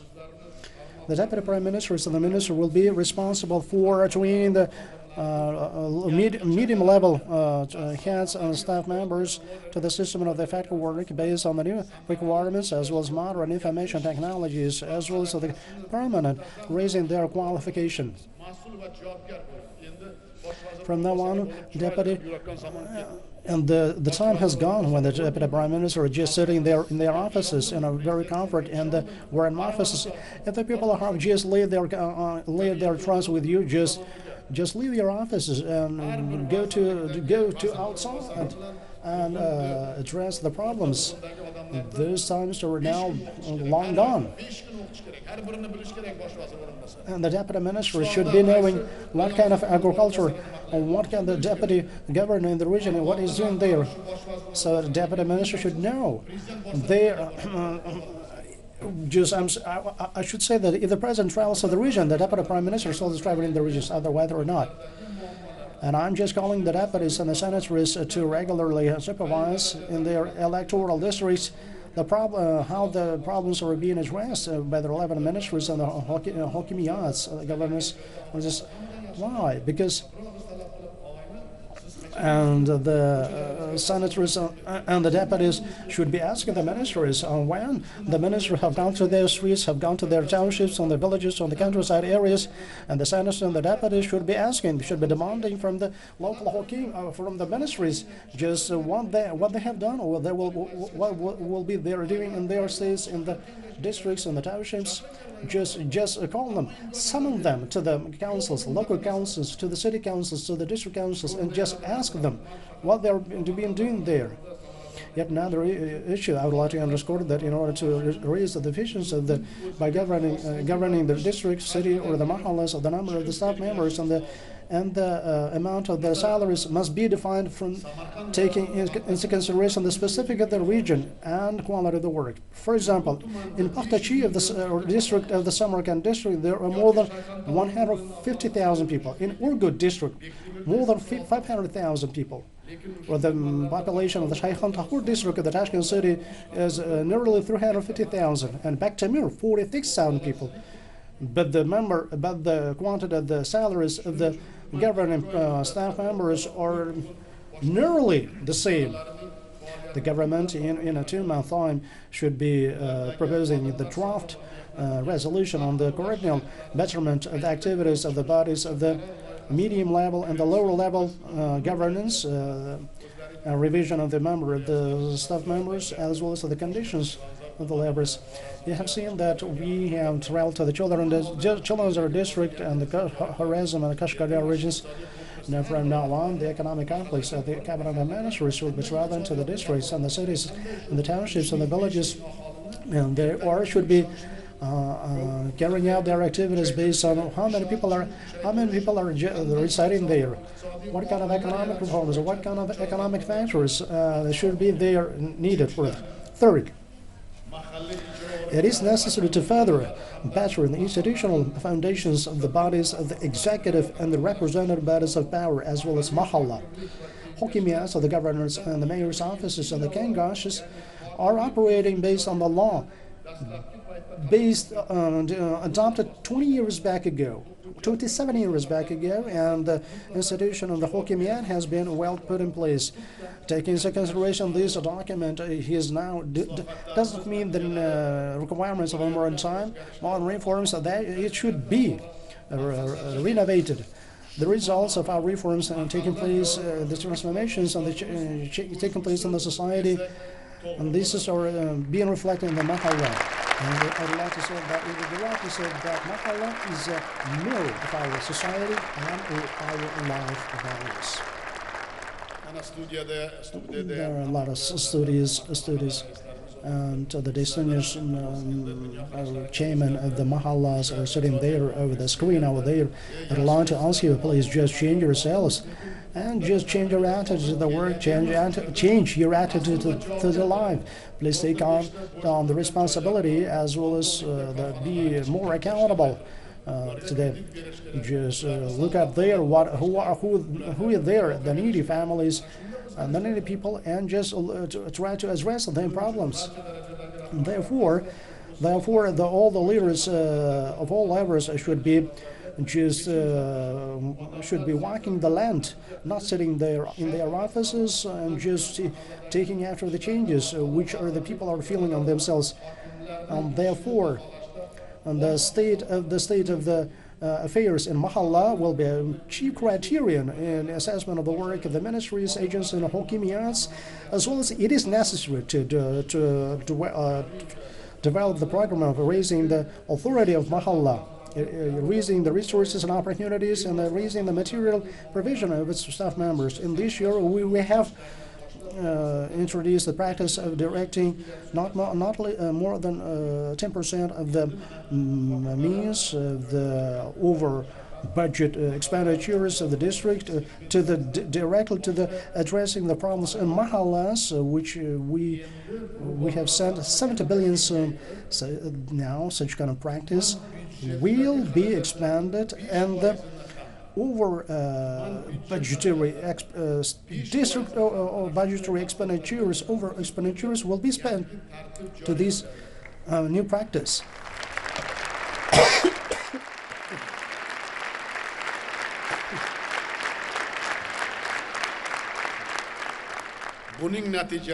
As a result, for example, just in Gishtuan district alone, 8 billion soon, and the city of Fargana, 11 billion soon will be spent to addressing the problems which the local populations will deem it necessary as the very outstanding ones.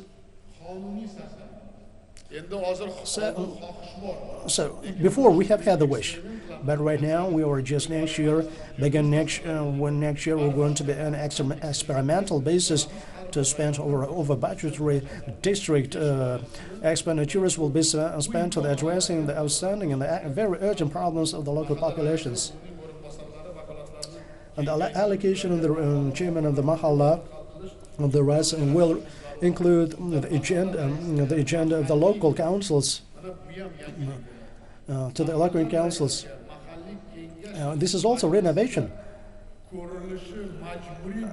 the rights, the authorities and the powers of the chairman of the Mahalla will be discussed at the local councils of the people's deputies, and this is very urgent, is urgent to be necessary so far.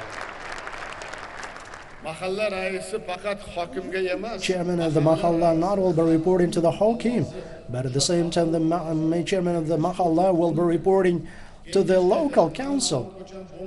And they will be reporting to the local council. They are saying that these mahallas or these streets are lacking the electric energy power, and they are lacking, and they will be talking to the local deputies of the local council, so that afterwards these problems are going to be passing the law at the local levels, and those problems will be tackled in this way.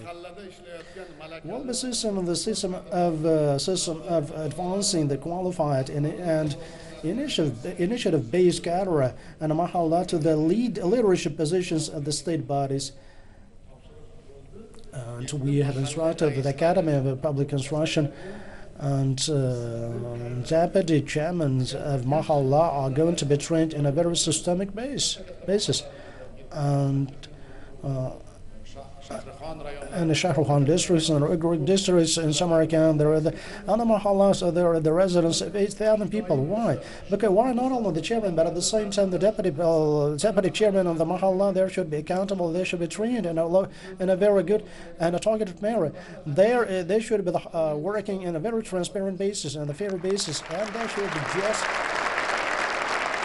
facing the problems in the localities. The Legislative Chamber in the Senate, along with the Cabinet of Ministries, up to the April 1st, 2021, will be instructed to develop and draft new laws aimed at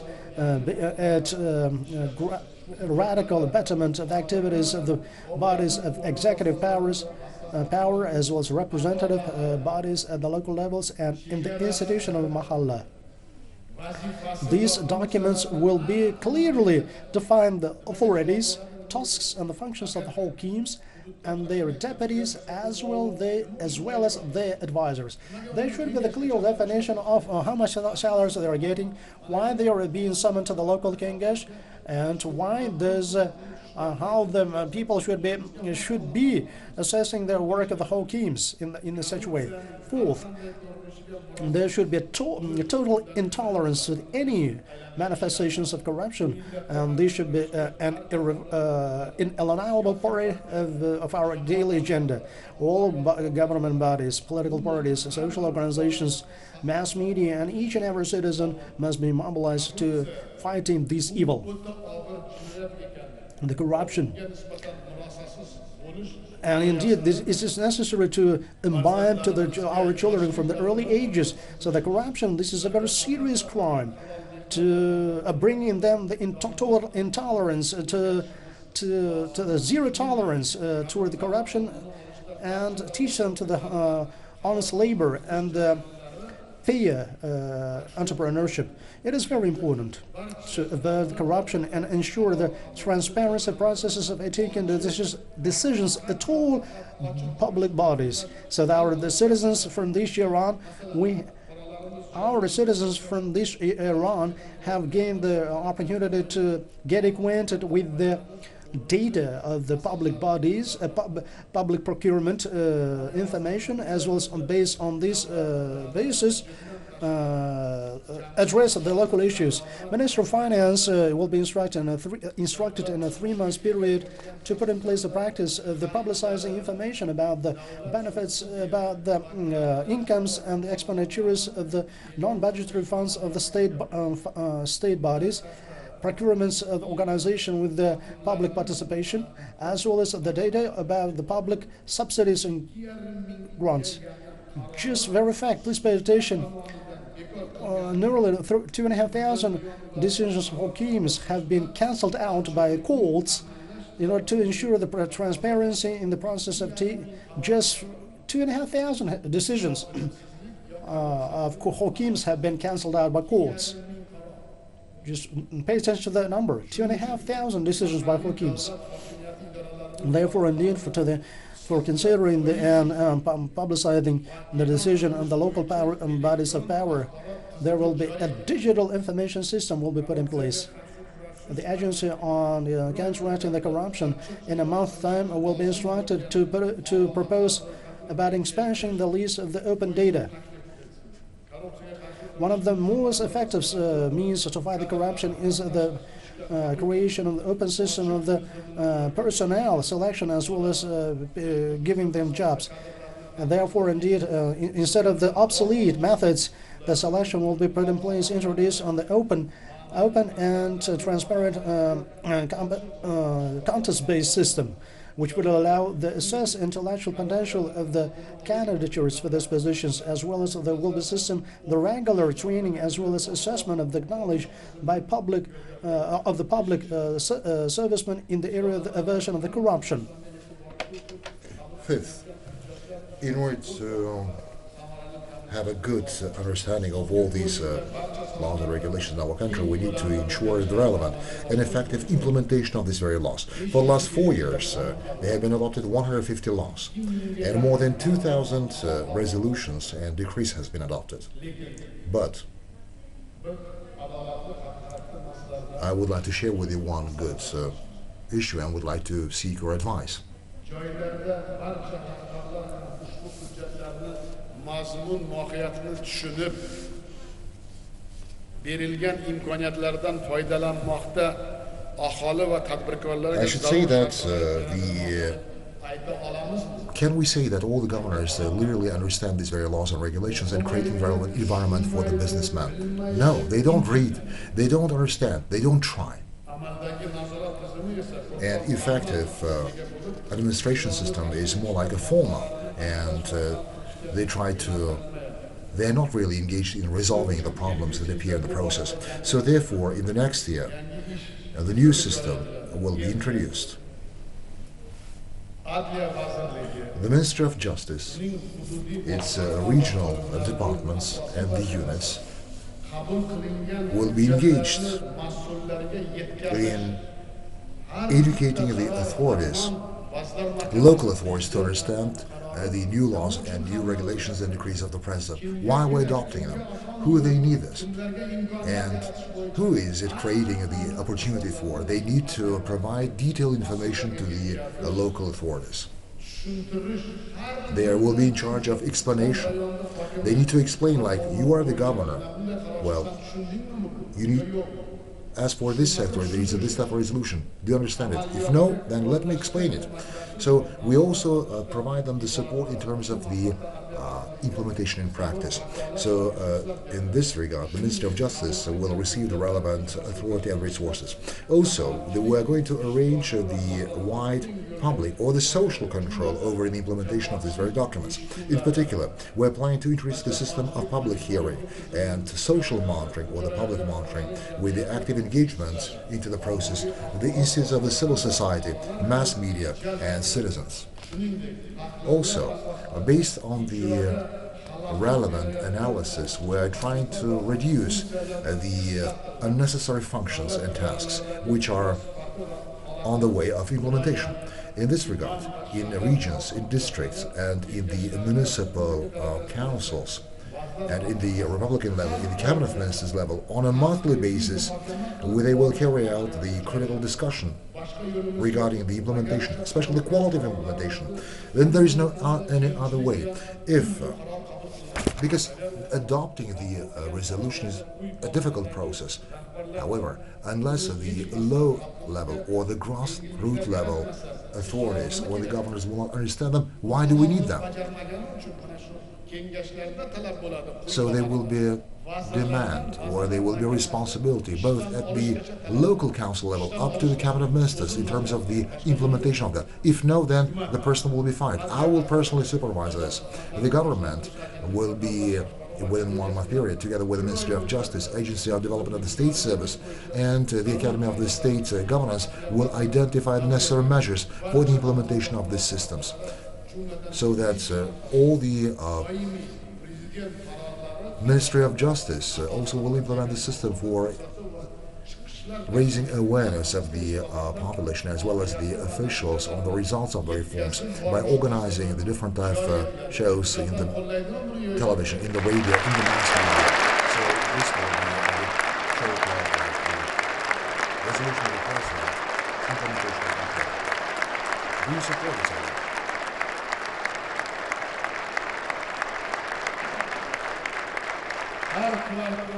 On a quarterly basis, each month, the Ministry of Justice will report to the Senate and to the chamber, legislative chamber.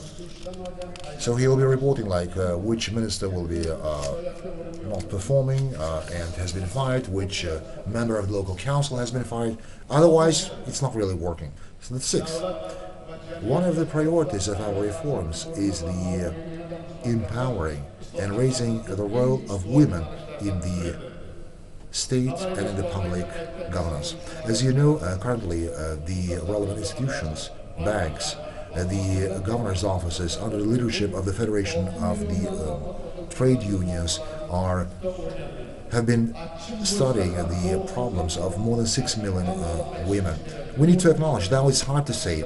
As a result of this very study, for the first time, we have identified the true problems, grievances of our women. It's true. So now we're planning to develop the registry on women. So we're trying to identify the practical solution for the problems that they're facing in their work. So in this regard, the Women's Council and committees organized in the Mahala level is supporting us on this. But this doesn't mean that all problems have been resolved, and it's not creating the environment to resolve all the problems. It's only the beginning. That's only the first step. And we need to make everything possible so that we'll be able to create the decent environment to live of 17 million women in our country, our daughters, our mothers, our grandmothers. No one can understand the real daily problems of women rather than women themselves.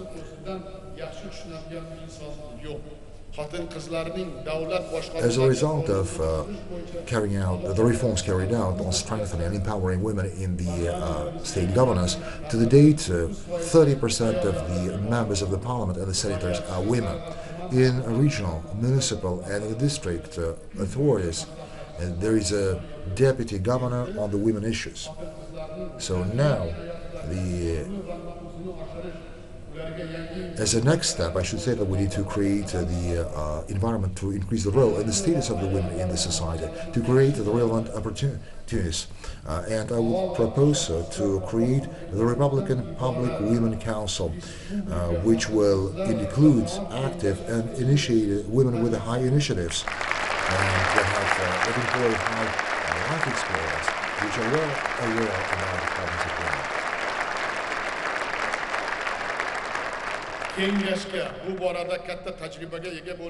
I believe that you will support on this if I would propose that this very Kengak or the council will be headed by Mrs. President Oliy.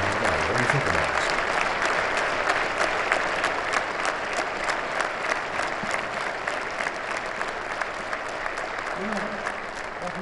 Thank you. I think it's time. I think it's time that women-specific problem is being raised at the Senate level. There is no any other way. So the more we try to understand women, try to ease up their lives, believe me, our life also will improve. We understand this, and we need to believe into this. And there is no any other way.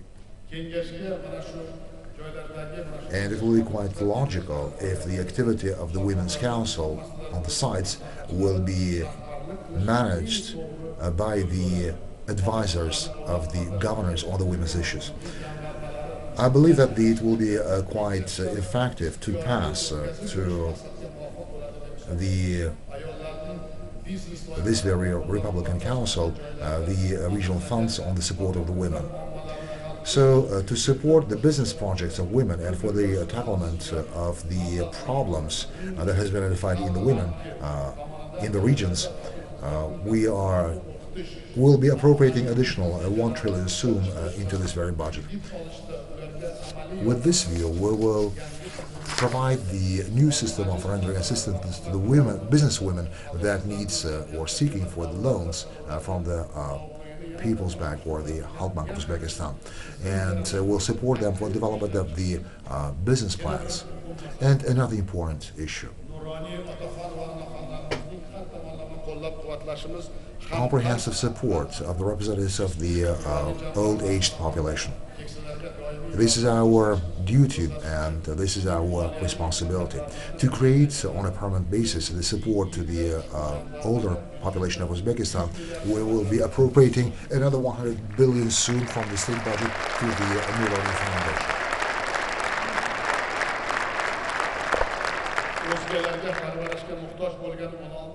Also, it will increase the amount which will be appropriate for the material support, organization of the contentful leisure of more than 16,000 veterans that need the different type of care. We're also increasing the spectrum of services, social services for them.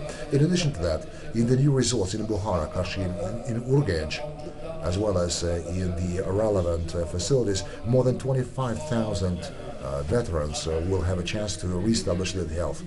It would be quite worthwhile to enrich the content of the special TV shows, such as the wisdom of the old man speaks. And I think that the new television shows, such as the big talks in the community or the counseling of the elders or the stories of the wise men and so on. So we will continue supporting the non-government, non-profit organizations and the mass media in the process of development of this free civil society organization. That's the seventh. Especially the activity of the public fund on the support of the non-government, non-profit organizations and institutes of the civil society should be targeted to resolve the relevant problems. In particular, non-government, non-profit organizations will be widely engaged on the basis of the social contract to identify the relevant problems on the site and to their in-depth analysis and development of the proposals on resolution and ensuring the social control over its implementation. This type of interaction should be widely implemented, first of all, in such areas like education, culture, medicine, ecology, construction, and cadastre accounting, as well as the transport and utilities and the social services. Next year, to organize these very activities, it will be appropriate 60 billion soon. I would propose to create the institute of the permanent representative of the non-government, non-profit organizations in the legislative chamber. I believe that this person should be given the authority to participate in the sessions of the lower chamber of the parliament and to make the relevant proposals.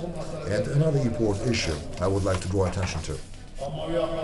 It's important to know that the mass media in our country, along with the objective coverage of the reforms and transformation, also attracting the attention of the state institutions and the public institutions to the relevant problems on the sites, and it basically calls them to resolve these problems.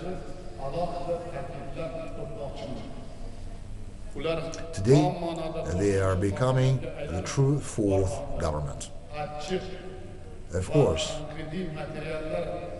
sharp and critical materials, then not every officials like them actually, and because it's on the way of their, or it's disturbing their peaceful life. But openness and the freedom of speech, that's the demand of the time. That's the part of the reform in Uzbekistan. For the last 4 years, we're learning how to work and how to live openly and how to live in the environment of the freedom of expression as well as freedom of speech. It's difficult, but we're learning it. Fair, critical reports of the journalists and the bloggers to detect different types of errors and the mistakes of the officials is very much important because it's facilitating the change of their operations and the way they work. From this on, each and every public body must, in his daily activity, put in place the permanent dialogue and the cooperation with the mass media And the testimony of our confident steps along the way of liberalization of the legislation in this sphere has become the recent exclusion from the criminal code of the norms, which would envisage the punishment in the form of the imprisonment for the libel and for the libel in the mass media. The next year, the legal basics of the provision of the freedom of speech, as well as comprehensive development of the mass media, the free activity of the journalists and the bloggers will be further consolidated. At the same time, when our country has just begun to come out to the new level of the development with the name of the broadly supporting and protecting the mass media, as well as creating and assisting the information press services of the public bodies, we have established the Agency for Information as well as mass communications. And you know everyone about this. And today, in order to take that to the newly leveled reforms in the information sphere, ensure its further development as well as comprehensive support of the independent activities of the mass media, I deem it necessary to critically revise the activity of the agency.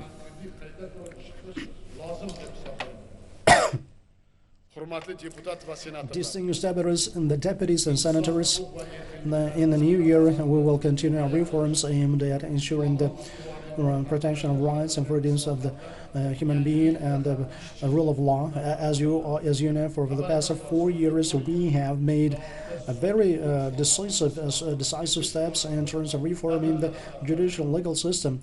We have adopted more than 40 laws, decrees, and resolutions on the priority issues in this sphere. And just as the solid foundation of the public statehood and the judicial power, it plays a decisive role in ensuring the justice on the rule of law. From this point of view, there are a lot to do for us yet. First, the principle of one court, one place, which will be introduced from the new year on. One must become chief criterion of ensuring the justice, lawfulness, and stability of the court decisions. Today, the complaints to the decisions of the district courts are being considered by themselves. Only in 2019, 13,000 such kind of decisions from the regional courts have been corrected or cancelled out by the Supreme Court. Just imagine this number. From the next year on, all the duplicating court decisions will be averted, and there will be no justice. Such kind of these court decisions will be cancelled out as well. And another important issue from the new year on, 3 categories of courts of the regional level on the civil, economic, and criminal codes will be united into one court. This renovation will pave the way for comforts for the entrepreneurs as well as population. From the new year on, the new procedure will be put in place, the practice of the preliminary hearing in the court. What do we mean? What do we mean by this? During the existence of the sufficient foundations to stop or cancel out the case by the court during the short period of time will take in the relevant decision in this regard, and yet another very important renovation for the protecting the rights of investors in the Supreme Court. There was put in place the special court structure on considering the investment arguments and the cases about the competition. Now the investor will be able to directly file the case to the Supreme Court to hear one or another case.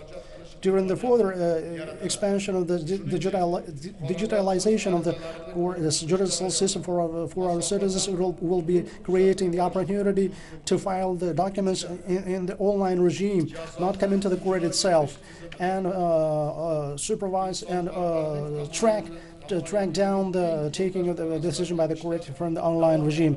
Second, we'll be continuing the work on expanding on the principle of humanism in the system of the in the places of imprisonment, in particular coming out from the international standards, will be reduced to 25 colonies, imprisonment colonies.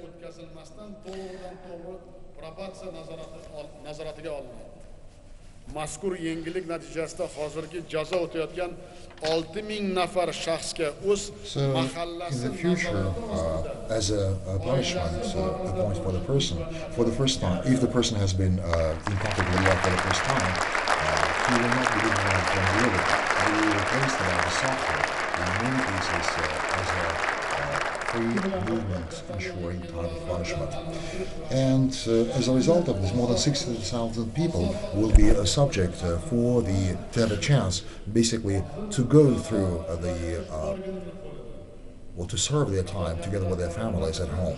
So, because in many cases, many things, especially on the punishment, depends on the head of the penitentiary facility, which is not fair. So at the same time, the authority to replace the punishment with a softer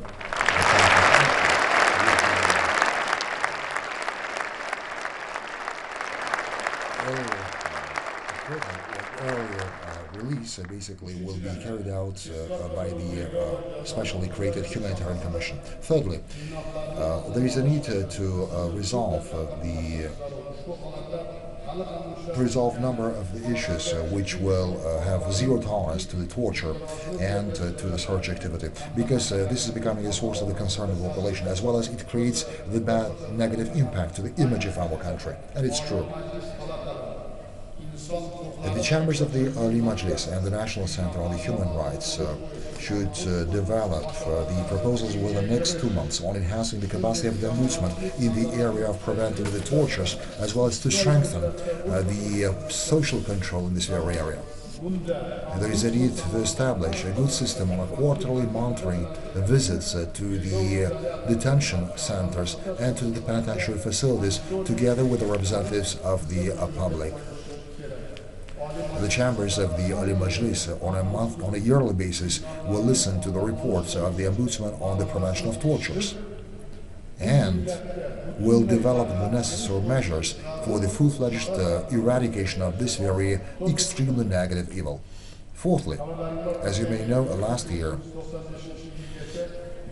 we have established the special procedure of granting the citizenship of the Republic of Uzbekistan to the persons who have arrived to the country prior to 1995. As a result, more than 50,000 people have received such citizenship.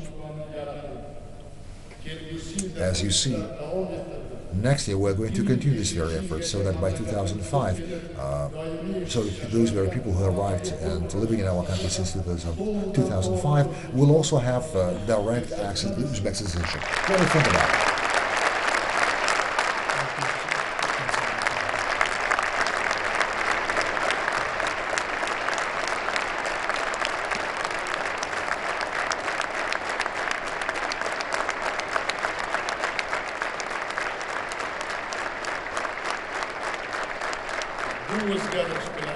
Along with this very change, now another 20,000 people living in our country will have access to the Uzbek citizenship.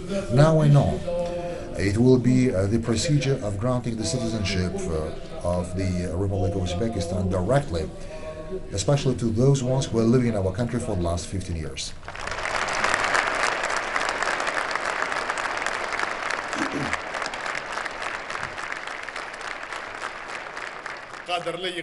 Dear distinguished members of our meeting, in the conditions of the conflict processes which has taken place on the world, and the conflicts, on the confrontations on the far and near abroad, we must consolidate our work in terms of ensuring peace and security in our country. Naturally, we'll continue reforms in terms of the consolidating the defense capability of our country. In particular, we will pay special attention to the further raising the might, the power of our armed forces, professional and physical potential of our servicemen, the social support of the servicemen and their families, as well as upbringing of our youth in the spirit of patriotism. We will introduce new approaches towards ensuring the social security, public security, and creating the secure environment in each mahalla, the neighborhood community. We will continue the reforms aimed at the law enforcement bodies, not in the paper but in real life, should become the protectors of the tranquility, the peace of the population interests of our citizens. And the natural calamities as man-made catastrophes which have taken place lately, as well as the fires during the autumn and the winter period, and many other non-favorable phenomena require the further betterment of the system, the current system in this sphere. And there are a lot of many large facilities and the high-rise buildings and the houses are being built in the country, and therefore, indeed, it is necessary to currently consolidate and strengthen the material technical basis and the capital potential of the sphere. And with this regard, the government we should be instructed in a 2-month time to develop the draft law on emergency situation and the program aimed at addressing the said issues. Dear Senators, Deputies, dear guests, in realization of the foreign policy of our country in 2021, the priority attention will be paid to the following. First, we should be bettering the concept of foreign policy of the Republic of Uzbekistan with considering the open, pragmatic, as well as constructive foreign policy, as well as of our long-term strategic goals. Second, we should be paying special attention to the further consolidation of the centuries-old friendship relationships of the good neighborliness, strategic partnership, as well as the mutual trust with the states of Central Asia, which is the priority of our foreign policy. Complex conditions of the pandemic have once again demonstrated to what extent we are very interdependent and need to one another in order to learn and further developing of these positive processes. This year in the city of Tashkent, we have established the International Institute of Central Asia. Next year in Tashkent, we will hold in the international conference, the high-level conference on interactions of our region with the countries of South Asia. Along with this, we are planning to hold, along with the UNESCO and the international conference, namely the Central Asia on the crossroads of world civilizations in the city of Kiva. Third, we will further expand our multifaceted and mutually beneficial relations with Russia, China, the United States, Turkey, Germany, France, UK, South Korea, Japan, India, Pakistan, United Arab Emirates, and other countries and other states.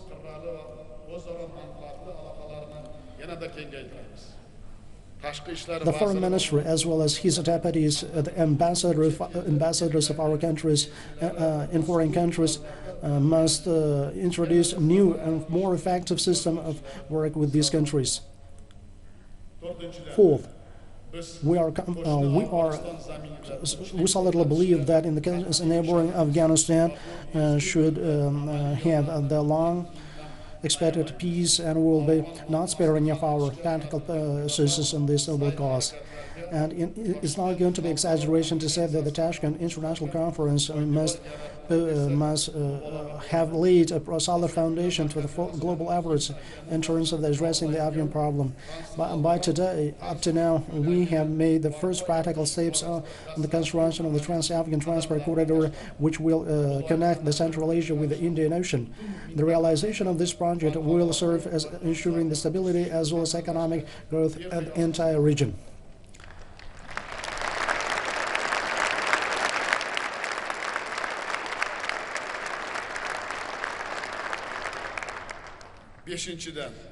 Fifth, the issues of development of the close cooperation with the United Nations and other high-profile international and regional structures will be at the focus of our attention. This year, Uzbekistan, for the first time, took the presidency at the Commonwealth of Independent States, and despite the pandemics, we have successfully held more than 60 all the earlier planned international events, we have also adopted nearly 70 important documents. We have begun the serious preparation to their chairmanship of Uzbekistan in the Shanghai Cooperation Organization in 21-22. 6. We will gradually consolidate our achievements in the area of the protection of human rights, freedom of speech, and the freedom of belief, and the cooperation with the relevant international organizations. Next year, under auspices of the United Nations, we will hold the international conference, the education in the area of human rights, the World Youth Conference on the rights of the youth, as well as regional conferences on the issues of religious freedoms. 7th, I propose to create the foundation called Vatandaşlar, which means in English compatriots, to support and consolidation of the connections with our compatriots which are residing abroad.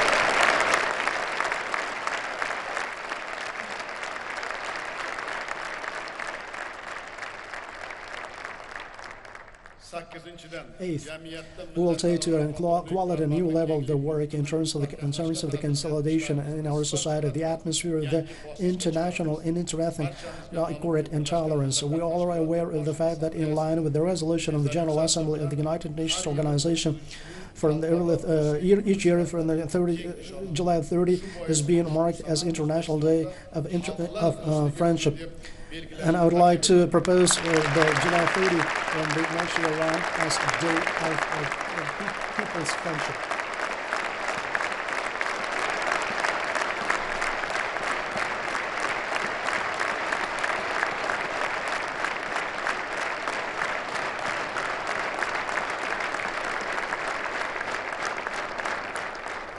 Thank you. 9th, we are seriously concerned about the worsening the ecological situation in the region and throughout the world. Along with the neighboring countries and the international community, we will resolutely continue our activities in terms of the mitigating the consequences of the ecological catastrophes which are brought about the tragedy of the Aral Sea. At its dried up seabed, the hundreds of thousands of hectares of forests and the bushes are being created in the area adjacent to Aral Sea area. We have been undertaking the enormous work in terms of construction and the well-being betterment as which other people are being inspired by this work. In this regard, we will consolidate the practical work in the framework of the multi-partnership trust front on the human security in the area in the region of the Aral Sea, which has been created in cooperation with the UN. Dear fellow countrymen, according to the data of the World Health Organization, the threat of pandemics will remain yet for the years to come. That is to say, that according to the forecast, that no one will able to say how the humanity will face such kind of trials. According to the according to the prognosis of the UN World Health Organization and the high-profile experts, the pandemics may enhance the crisis phenomena, social attention, as well as the misery and other problems in the world. We are all known that after pandemic, the social economic picture of the world will change for sure. We have discussed it a number of times. Who will be in the win situation? The experience shows that only the states with strong and with effective governance systems and with a well-united population will be able to counteract the pandemics and to overcome its distribution. And of course, to resolve these consequences. This can be seen in Uzbekistan's experience too, but we shouldn't be too much thinking high about our attainments yet. At the same time, regardless where we work, we need to ensure the accomplishment of our national interests and the national values.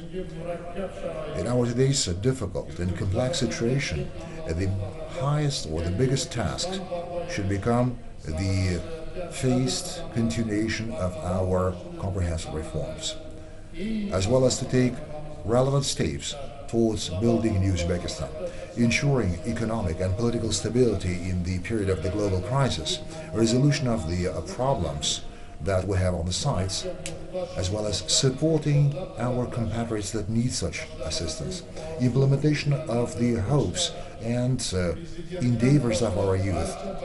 All of this should become the priority task for everyone, starting from the president up to the other citizens of our country.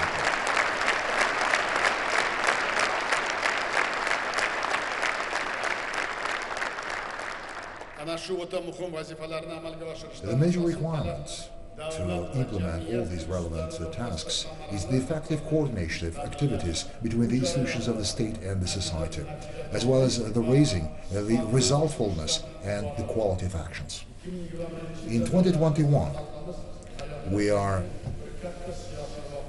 facing with a new important event in our life, in our country. That's the presidential elections. The Central Election Committee will have to pay specific attention to the organization of the upcoming elections at the highest possible level, on the basis of the national legislation and on the basis of the commonly accepted international democratic principles. Firstly, there is a need to form the good knowledge among the members of the election committee, and this should be done on the systemic basis on the election legislation and international standards. We'll continue the work on implementation in the national legislation and the practice acceptable for us recommendations of the international observers that we have received as a result of the last elections. I'm confident that this is a very important political campaign that will demonstrate the growth of political and legal awareness of our population. Dear friends, I believe that in the course of my today's address, we have identified a number of the priority areas, both for the parliament, for the political parties, non-government institutions, as well as to our youth and to our elders. And I believe that each of you will express your thoughts and ideas. So please, on the basis of the proposals and ideas, provide your opinions and ideas and comments within 1 month, so that in the government, within 1 month, will develop the relevant program for the state program for 2021 and the development program for the Uzbekistan and the post-pandemic system, post-pandemic period. So we need to understand what will be the goals, what will be the objectives, because the natural resources, our strength and our capability is well enough. Behind us, we have multi-ethnical, our well-respected people, and we have wise, older persons, older citizens of our countries, our sisters and mothers who can indicate us the correct way towards the future, and of course our strong, enthusiastic youth. And what is the most important, that's in order to ensure the stability and the peace in our country and kindness, we need to continue all these efforts.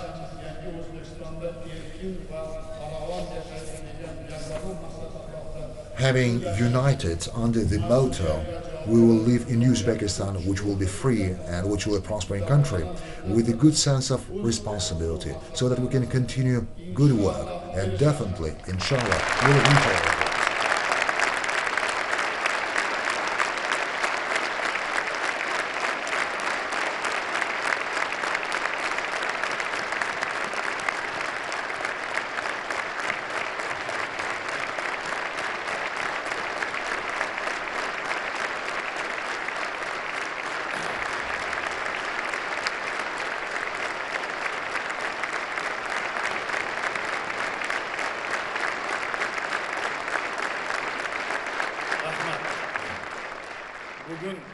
yaxshi niyatlar bilan juda katta With the good marralarni hopes, o'zimizga belgilab we're oldik. setting new goals for ourselves. 2021-yilda oldimizda har qachongidan ham zarur o'ta muhim vazifalar turibdi. 2021 will have a lot of very important goals to accomplish. It will be difficult to shoot them. There are a number of problems that we have in different areas of our lives. Because still, we do face with a situation when the activities are not organized in the due manner, or there is a certain sense of indifference among some of the managers and leaders. We understand this. Or, in order to, we need to continue our reforms that we have initiated towards the implementation of these very goals. So, from the one standpoint, we need to develop with the stronger enthusiasm, with the better efforts. It won't be easy, believe me. I would like to mention again, in 2020 was the year of experience, and the experience shows that we need to be more motivated, we need to be highly, and we need to be stronger, we need to be more open, we need to be more transparent. Regardless how difficult that will be, and how many more will be difficulties in our lives, anyway, we will take efforts, and we'll go through those very times of trials together.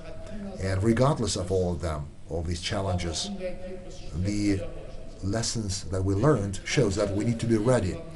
And regardless how difficult it will be, once again I will have to repeat, regardless how difficult that will be, we will not go away from the course of democratic reforms.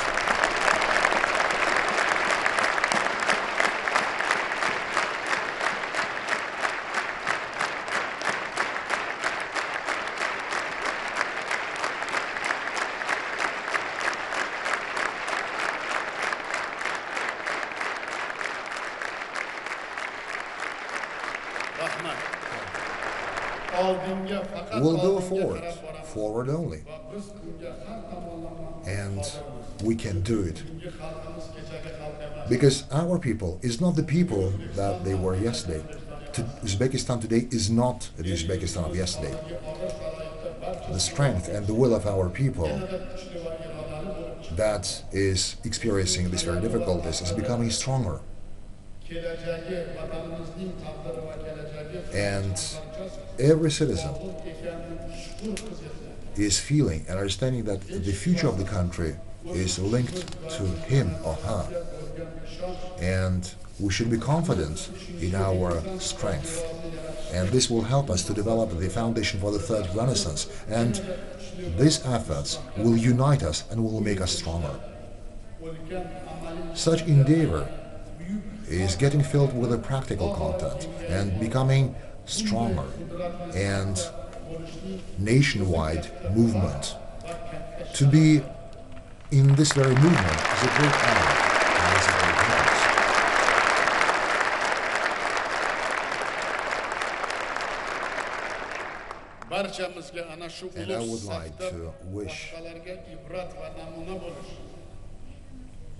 And I would like to wish this happiness to each of you, to serve to our beloved motherland and to serve for the well-being of our people.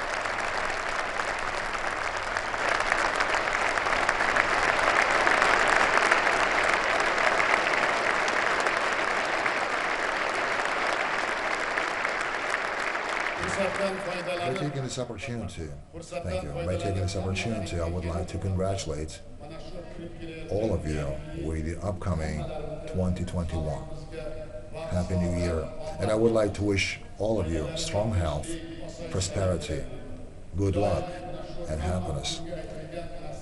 And let Allah will help us in attaining all these goals that we have been speaking of. Let the next year will be year of luck, year of happiness, and let all our plans become true. Once again, on behalf of myself and on behalf of our people, I would like to congratulate you with a Happy New Year, and I would like to wish you good, strong health, and Of course, the address that I have voiced today is full of very high and ambitious goals, and being together with such committed people, with the laborers people, I'm confident. And together, of course, with our younger generation, with our wise older citizens, definitely we'll be able to attain these very goals. I wish you a strong help. Thank you very much.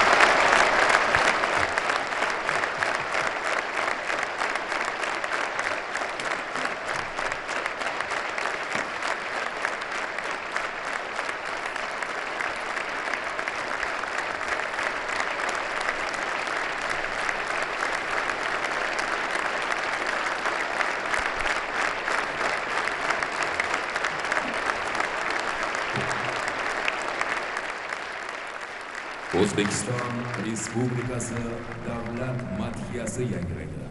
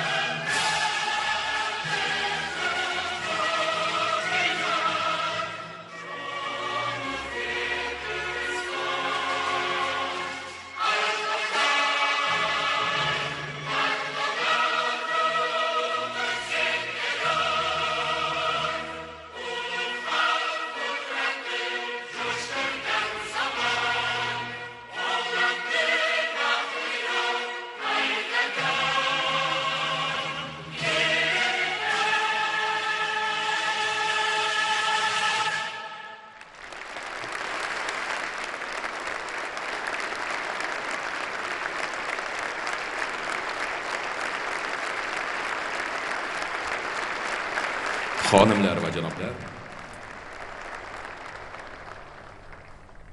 O'zbekiston Respublikasi Prezidentining O'zbekiston Respublikasi Oliy Majlisi va xalqiga murojaatnomasi munosabati bilan tashkil etilgan tadbir yakunlandi. Dear ladies and gentlemen, the official ceremony of addressing to the Parliament of the nation of Uzbekistan by the President of Uzbekistan is over.